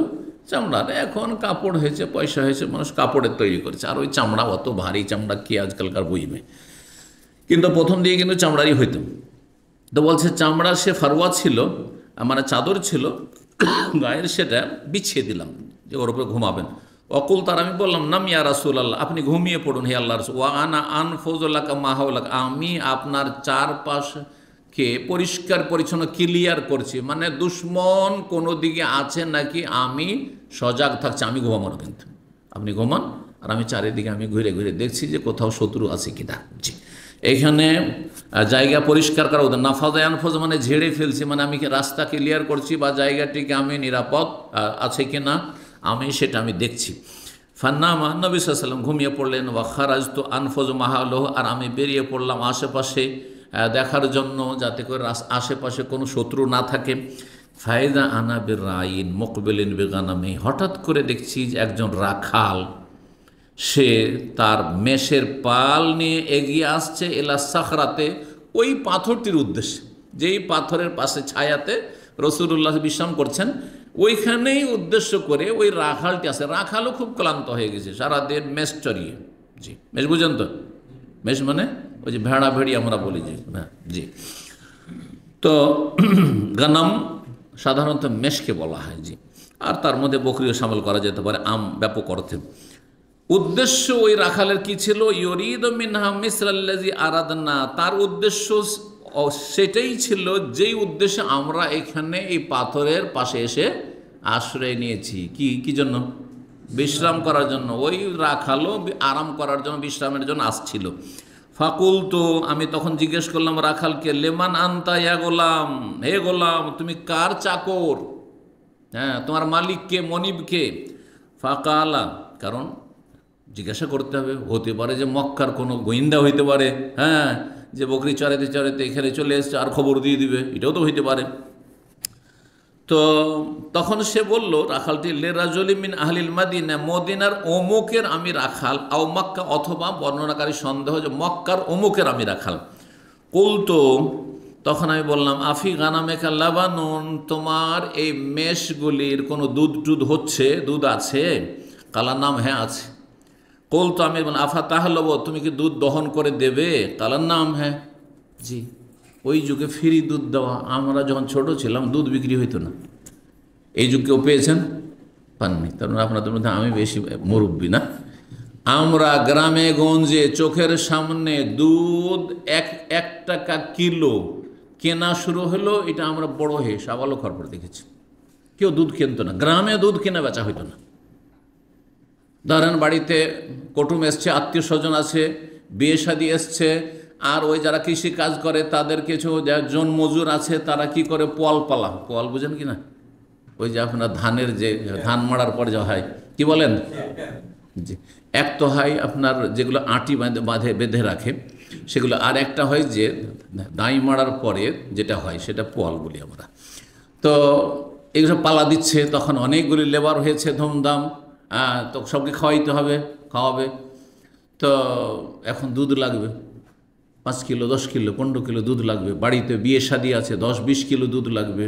সব যত বাড়িতে গাই আছে সবাইকে বলে চলে এসেছে, কালকে দুধটা আমাদেরকে দিও, কালকে আমাদের দুধটা দিও। বাড়ি এসে দুধে ভর্তি হয়ে গেছে। দুধ কেনাকিনি ছিল না, দুধ বিক্রি করা ধনী লোকেরা নয়, সাধারণ যারা সাধারণ গৃহস্থ, একবারে হ্যাঁ নিম্নমানের গৃহস্থ, তারাও দুধ বিক্রি করাটাকে আইবের বিষয় মনে করতে হয়েছে। ছোটো লোক দুধ বিক্রি করে খায়, ছোটো লোক মনে করা হয়তো, চোখের সামনে দেখেছি। আর তারপর এখন বড় বড় ধনীরাও যদি গাভী পুষিয়ে দুধ বিক্রি করে, কোনো লজ্জা নেই। এই আমাদের জীবনে এত পরিবর্তন, মানুষের মাঝে, সমাজে এত পরিবর্তন। তখনকার যুগে একটা কি ছিল, সামাজিক একটা সম্প্রীতি, ভালোবাসা ছিল, যে আমরা আজকে দুধ দিয়ে সহযোগিতা করলাম, হ্যাঁ ওরা আমাদের যখন এরকম প্রয়োজন পড়বে তারা দেবে, কোনো পয়সা নেওয়া নেই না। জি,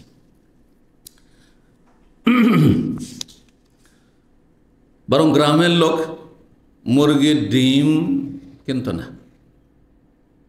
জি, এটাও দেখেছি, ডিম লাগবে নিয়ে গেল, এমনি দিল, আবার ওদের লাগবে আমরা দিয়ে দিলাম, এইরকমটা ছিল। তারপর ডিম বিক্রি শুরু হলো। হ্যাঁ, বাইরের ওই যে ডিম কেনার জন্য যে ফেরিওয়ালারা আসে, ডিম করে গ্রামে গ্রামে ঘুরে ওদের কাছে বিক্রি করতে গরিব মানুষরা। কিন্তু এমনি যারা মোটামুটি গৃহস্থ লোক, তারা ডিম কারোর লাগবে নিজের বাড়িতে খাচ্ছে, আর তারপর কারোর লাগবে দিয়ে দিল, আবার ওদের কাছ থেকে নিয়ে নিল, এইভাবে। সুবহানাল্লাহ। তো মানুষের পরিবর্তন।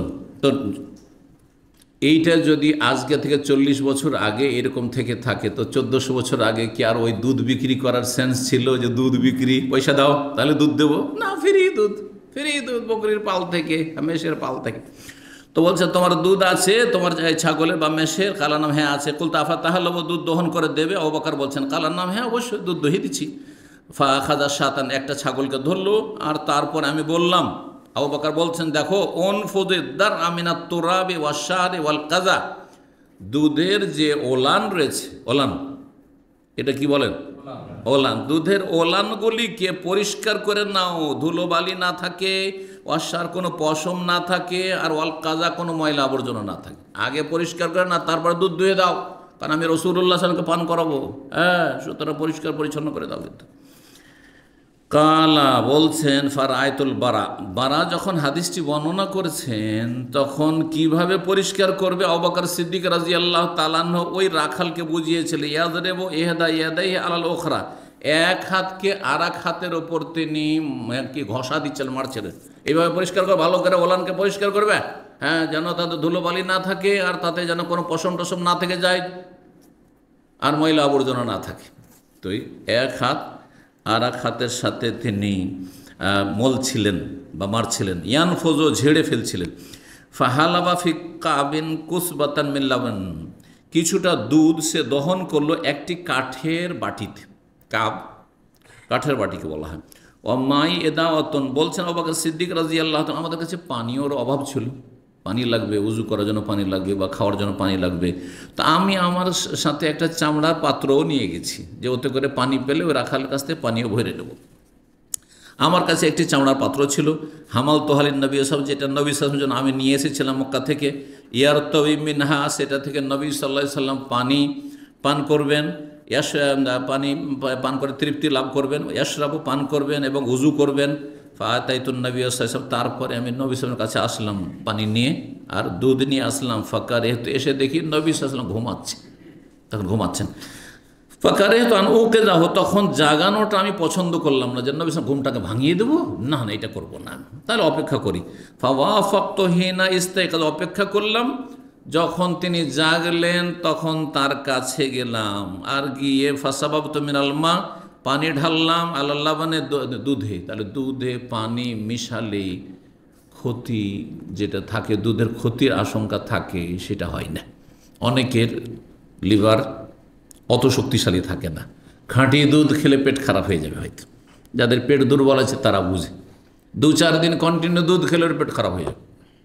হ্যাঁ, কারণ যে হজম শক্তিটা দুর্বল তার, বা লিভারের শক্তি দুর্বল, লিভার ফাংশন। ওতে যদি পানি মিশিয়ে দেন তাহলে কি হয়ে যাবে, ওর ক্ষতিটা হালকা হয়ে যাবে। আর তারপরে পানি মিশালে দেখেন, পানি মিশে বিক্রি করবেন না, কিন্তু আপনি নিজে যখন পান করবেন তখন আপনার মতো করে, যেমন লাবান এখানে যখন আমরা কিনছি, অনেকে পানি মিক্স করে আমরা পান করছি, জি। তারপরে অনেকে ওতে 7 আপ মিক্স করছেন, জি। সেটা জেনে নিতে হবে লাভ আছে না লস আছে, কিন্তু অনেকে করে, অনেকে দুধের সাথে 7 আপ মিক্স করে পান করে আর বলে তাতে লাভ আছে। একজন পাকিস্তানি হেকিম আমাদের ইসলামিক সেন্টারে এসেছিল, সে জিজানে থাকতো, একজন দায়ীও ছিল, জানি না এখন আছে কি না। তো সে আসার পরে আমার সাথে বেশ আগে থেকে পরিচয়, জিজানে বক্তব্য করতেই যে তার সাথে পরিচয় হয়েছিল। আর তারপরে এখানে আসার পরে আমি বললাম যে আমার একটু প্রেশারটা হাই থাকে, নিচেরটা বিশেষ করে থাকতো প্রথম। তো বলছে যে এটা আপনার প্রেশার না হাকিম, এটা আপনার পেট গরম থাকে, পেটে গ্যাস থাকে, অথবা পেটটা যখন গরম থাকে, যত পেট গরম হবে তত নিচের যে প্রেশারটা আছে ওইটা হাই দেখাবে। তো পেটকে আপনাকে সবসময় ঠান্ডা রাখতে হবে। ঠান্ডা বলছি এক্ষুনি আপনার ঠান্ডা করে দিচ্ছি।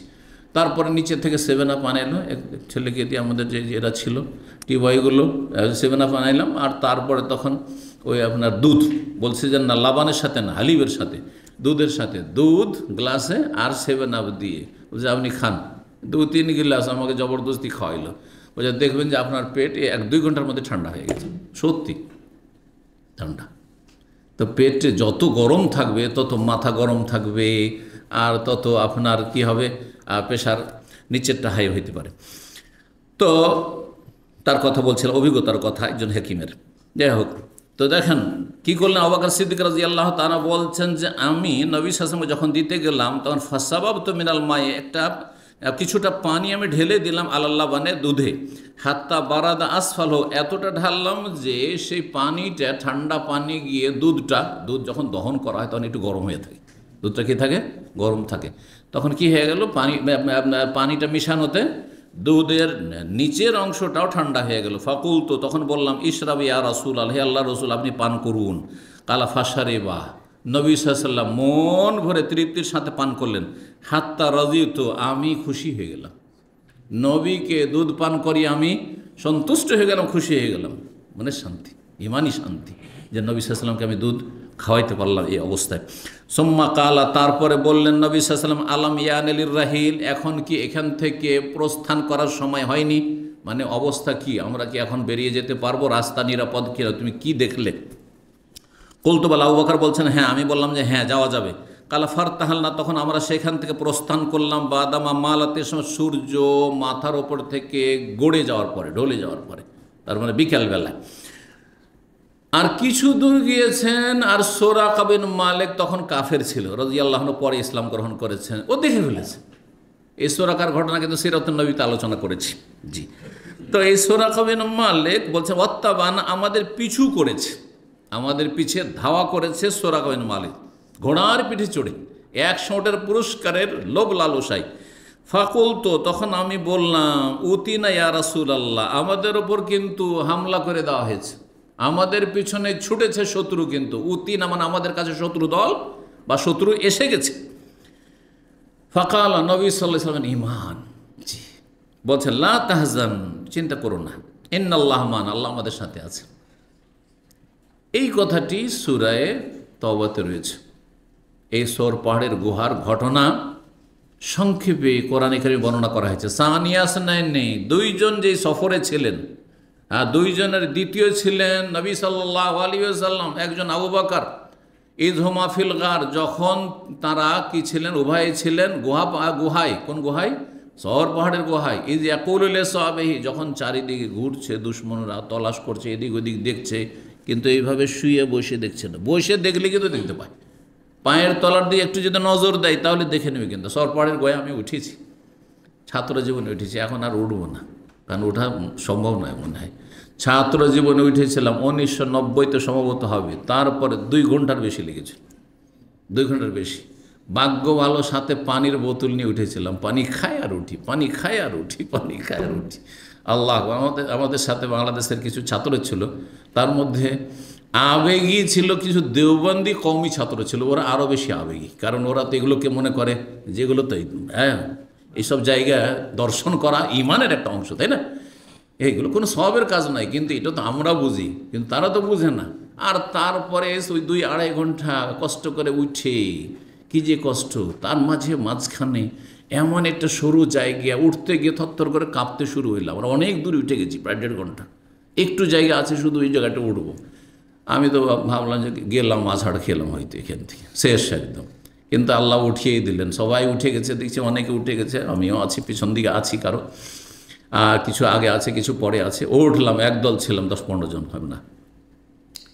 তারপরে উঠে গিয়ে সেখানে একবার নিচে বসেও দেখলাম, ওখানে ভিতরে ঢুকে বসেও দেখলাম, যেটাকে বলা হচ্ছে যে এইটা হচ্ছে আনুমানিক সেই সৌর পাহাড়ের গুহা, মানে একাধিক আছে ওইখানে, 2টো আছে, কেউ বলছে এটা, কেউ বলছে ওইটা, কিন্তু অধিকাংশ লোকের বলছে এটাই হচ্ছে সেই সৌর পাহাড়ের গুহা।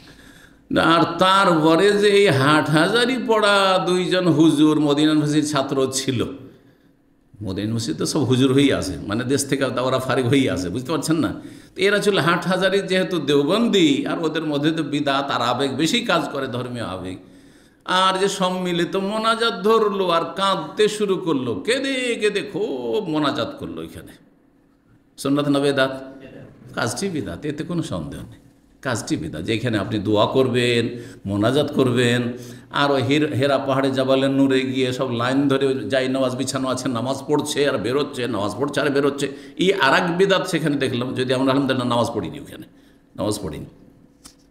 তো যাই হোক, হাদিসটা শেষ করি, সময় এগিয়ে গেছে। নবী সাল্লাল্লাহু কি বললেন? লা তাহজান, আবু বকর চিন্তা করিও না, ইন্নাল্লাহ মান, আল্লাহ আমাদের সাথে আছেন। কিভাবে আল্লাহ রক্ষা? আল্লাহ বলেছেন মক্কা থেকে হিজরত করো, আল্লাহ বলেছেন রাতের অন্ধকারে বেরিয়ে পড়ো, আল্লাহ বলেছেন যে যাও এই সৌর পাহাড়ের গুহায় আশ্রয় নাও, আল্লাহ বলছেন এই রাস্তা ধরো। তাহলে আল্লাহ হেফাজত করবে, আমাদের কিসের চিন্তা আছে? আমাদের কাজ হচ্ছে আমল করা, যেদিকে আল্লাহ যেতে বলছেন সেদিকে যাব। আল্লাহ আমাদেরকে বলছেন যা হিজরত করে মদিনায় যেতে হবে, অন্য জায়গায় বলেননি। কারণ নবী হিজরতের আগে স্বপ্ন দেখানো হয়েছিল, তো সেই স্বপ্নের তাবিরে কল্পনা জল্পনায় ছিলেন যে হয়তো সেটি ইয়ামামা মানে আল খারাজ এলাকা, তখন সেই এলাকা খুব সুখী এলাকা ছিল, সমৃদ্ধ এলাকা ছিল। আর না হলে হাজার মানে আলহাসা এলাকা, সেটা খুব সমৃদ্ধ এলাকা, বাগানের এলাকা ছিল। দেখেন আল খারাজও খেজুরের বাগান আছে, আর আপনার এই আলহাসাদও খেজুরের বাগান আছে, ফসল খুব হয় এখানে। তো এই নবী সাল্লাল্লাহু আলাইহি ওয়াসাল্লাম এইসব কল্পনা করেছিলেন, কিন্তু পরে দেখলেন যে না, যখন আল্লাহ নির্দিষ্ট করে দিলেন যে তোমার হিজরত কোথায় হবে, ইয়াসরিব মানে মদিনায় হবে, মদিনার প্রাচীন নাম ইয়াসরিব। জি, হাদিস আসবে এটি। তো নবী সাল্লাল্লাহু আলাইহি ওয়াসাল্লাম বলে চিন্তা করিও না। ফাদা আলাইহিন নবী, যখন দেখছে যে সে চলে এসছে একবারে কাছাকাছি হামলা করার জন্য, ধরার জন্য, নবী সাল্লাল্লাহু আলাইহি ওয়াসাল্লাম তার উপর বদদোয়া করে দিলেন, অভিশাপ দিলেন যে আল্লাহ তার অনিষ্ট থেকে রক্ষা করো, তাকে প্রতিহত করো তুমি, এই দোয়া করলেন। ফারতাতামাদ বিহি ফারাসু, তখন তার ঘোড়া মাটিতে গেড়ে গেল, পুঁতে গেল, ধসে গেল, যেটাই বলেন না কেন, এর তাতামাদ। হঠাৎ করে ঘোড়া একবার, অথচ শক্ত মাটি, বলছেন কতটা ধসেছিল, মানে মাটিতে ঢুকেছিল তার ঘোড়া, এলাবাত না পেট পর্যন্ত, সামান্য একটু নয় যে কোনো জায়গায় হয়তো একটু নরম মাটি আছে বা কিছু, নরম মাটি তো ছিলই না, সব পাথর শক্ত। তারপরে একবারে পেট পর্যন্ত গোট, তাহলে 4টা পা একবারে পুরো মাটিতে ধসেই গেছে, ঢুকেই গেছে। ওরা বলছেন বর্ণনাকারী যে আমার বিশ্বাস ফি জালাদি মিনাল, আর সেই জায়গাটি খুব মজবুত জায়গা, শক্ত জায়গা ছিল, তারপরও সেখানে ঘোড়া একবারে পেট পর্যন্ত মাটিতে গেড়ে গেছে।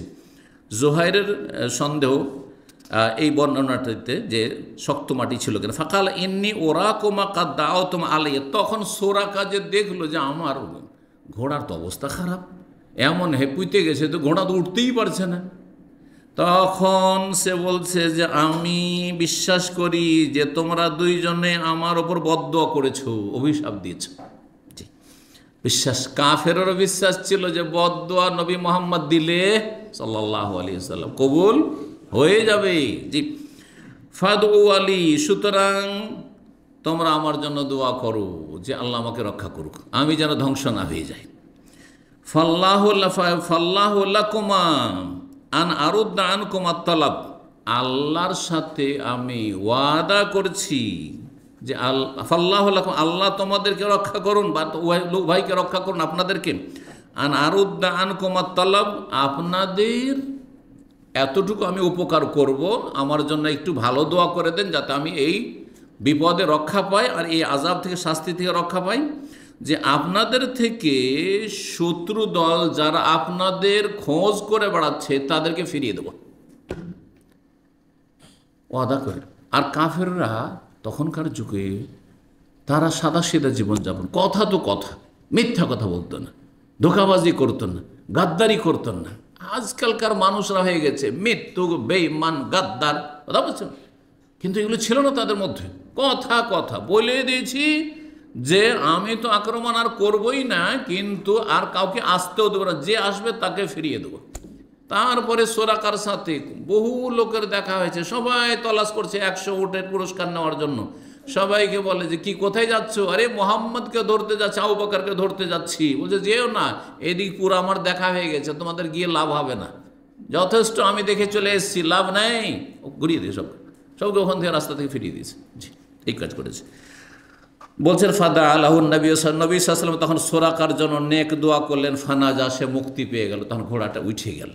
অন্য হাদিসে রয়েছে বা সিরাতের কিতাবে রয়েছে তিনবার, তৃতীয়বারে পুরোটা ধসেছে। প্রথমে একটু হোঁচট খেয়েছে, পড়ে গেল না, তারপরও সে লোভ লালসা বরদাস্ত করতে পারছে না, আবার চেষ্টা করলো, আবার কিছুটা ধসে গেল, আবার উঠাইলো কোনো করে, আবার দৌড় দিল, হামলা করলো, কিন্তু শেষ পর্যন্ত যখন পেট পর্যন্ত ধসেই গেছে তখন সে বুঝতে পেরেছে না, উপায় নেই। তো নবী সাল্লাল্লাহু আলাইহি ওয়াসাল্লামের দুআয় সে মুক্তি পেল। ফাজাল লা ইয়ালকা আহাদান, তারপরে এই সোরাকা যার সাথেই দেখা হইতো বলতো ইল্লা কালা, তাকে বলতো কাফাইতুকুম মা হুনা, এই দিকটা আমি যথেষ্ট দেখে চলে এসেছি, এদিকে নাই, এইদিকে তোমাদের যাওয়ার কোনো প্রয়োজন নেই, এই দিকের জন্য তোমাদের জন্য যথেষ্ট হয়ে গেছি। ফালা ইয়ালকা আহাদান ইল্লা রাদ্দাহু, যার সাথে দেখা হইতো তাকে সেখান থেকে ফেরত করে দিত, ফিরিয়ে দিত, যে চলো ফিরে চলো, এদিক দেখা হয়ে গেছে। কাল আবু বকর বলছেন ওয়াফাল, না আমাদের সাথে যে প্রতিশ্রুতি করেছিল, ওয়াদা করেছে, সেটা পূর্ণ করেছে। আর একটি হাদিস আমরা পড়ে নিই, 3616 নম্বর হাদিস। বর্ণনা ইবনে আব্বাস রাদিয়াল্লাহু তাআলা আনহু বলছে আন্নান নবী সাল্লাল্লাহু আলাইহি ওয়াসাল্লাম দাখালা আলা আরাবিন ইয়াউদ, নবী সাল্লাল্লাহু আলাইহি ওয়াসাল্লাম একদিন এক বেদুইন অসুস্থ ছিল, তার খোঁজ খবর নেওয়ার জন্য, এয়াদতের জন্য তার বাড়িতে প্রবেশ করলেন বা তার কাছে গেলেন। ফাকালা, তখন নবী সাল্লাল্লাহু আলাইহি ওয়াসাল্লাম গিয়ে বলে, বর্ণনাকারী বলছেন কে? ইবনে আব্বাস। ওয়াকানা নবী ইযা দাখালা আলা মারিজিন, নবী সাল্লাল্লাহু আলাইহি ওয়াসাল্লামের একটি ভালো অভ্যাস ছিল, যে কোনো রোগীর কাছে গেলে যদি তার পরিচর্যার জন্য বা খোঁজ খবরের জন্য যেতেন, বলতেন লা বাসা তাহুরুন ইনশাআল্লাহ। কি বলতেন? লা বাসা তাহুরুন ইনশাআল্লাহ। দুটি কথা বলতেন। লা বাসা মানে তোমার কোনো অসুবিধা নেই, ভালো হয়ে যাবে, সান্ত্বনা, এটা লা বাসা, কোনো অসুবিধা নেই, মারাত্মক কিছু নেই, ভালো হয়ে যাবে, সহজ, ভালো হয়ে যাবে। আর তাহুরুন মানে তোমার গোনা খাতা থেকে, ভুল ভ্রান্তি থেকে তো পবিত্র হবে। তাহুরুন মানে আরোগ্য নয়, অনেকে ভুল অর্থ করে এটা। তাহুরুন মানে আরোগ্য নয়, তাহুরুন মানে তাহুরুন মিনা যুনুবি ওয়াল খাতায়া, গোনা থেকে কি হয়ে যাবে? তুমি পাক পবিত্র হয়ে যাবে। মানুষ অসুখ হইলে গোনা মোচন হয়, কাফারা হয় ইনশাআল্লাহ, আল্লাহ চাইলে। ফাকাল আল্লাহু, নবী সাল্লাল্লাহু আলাইহি ওয়াসাল্লাম সেই অভ্যাস মতোই ওই রুগীকে, যে বেদুইন, কিন্তু বেদুইন অসভ্য, শিক্ষা নেই, দীক্ষা নেই, সভ্যতা নেই, আর সে আর কি বুঝে মানুষের মান সম্মান, লা বাসা তাহুরুন ইনশা, নবী সাল্লাল্লাহু আলাইহি ওয়াসাল্লাম বললেন লা বাসা তাহুরুন ইনশাআল্লাহ, চিন্তা করিও না, তোমার গুনাহ খাতা মোচন হবে আল্লাহ চাইলে। কাল তখন বেদুইন রেগে গেছে, বেদুইন জ্বরে থরথর করে কাঁপছে। সে রেগে গিয়ে বলছে কুলতা তাহুরুন, আপনি বলছেন যে আমার গুনাহ খাতা মাফ হোক?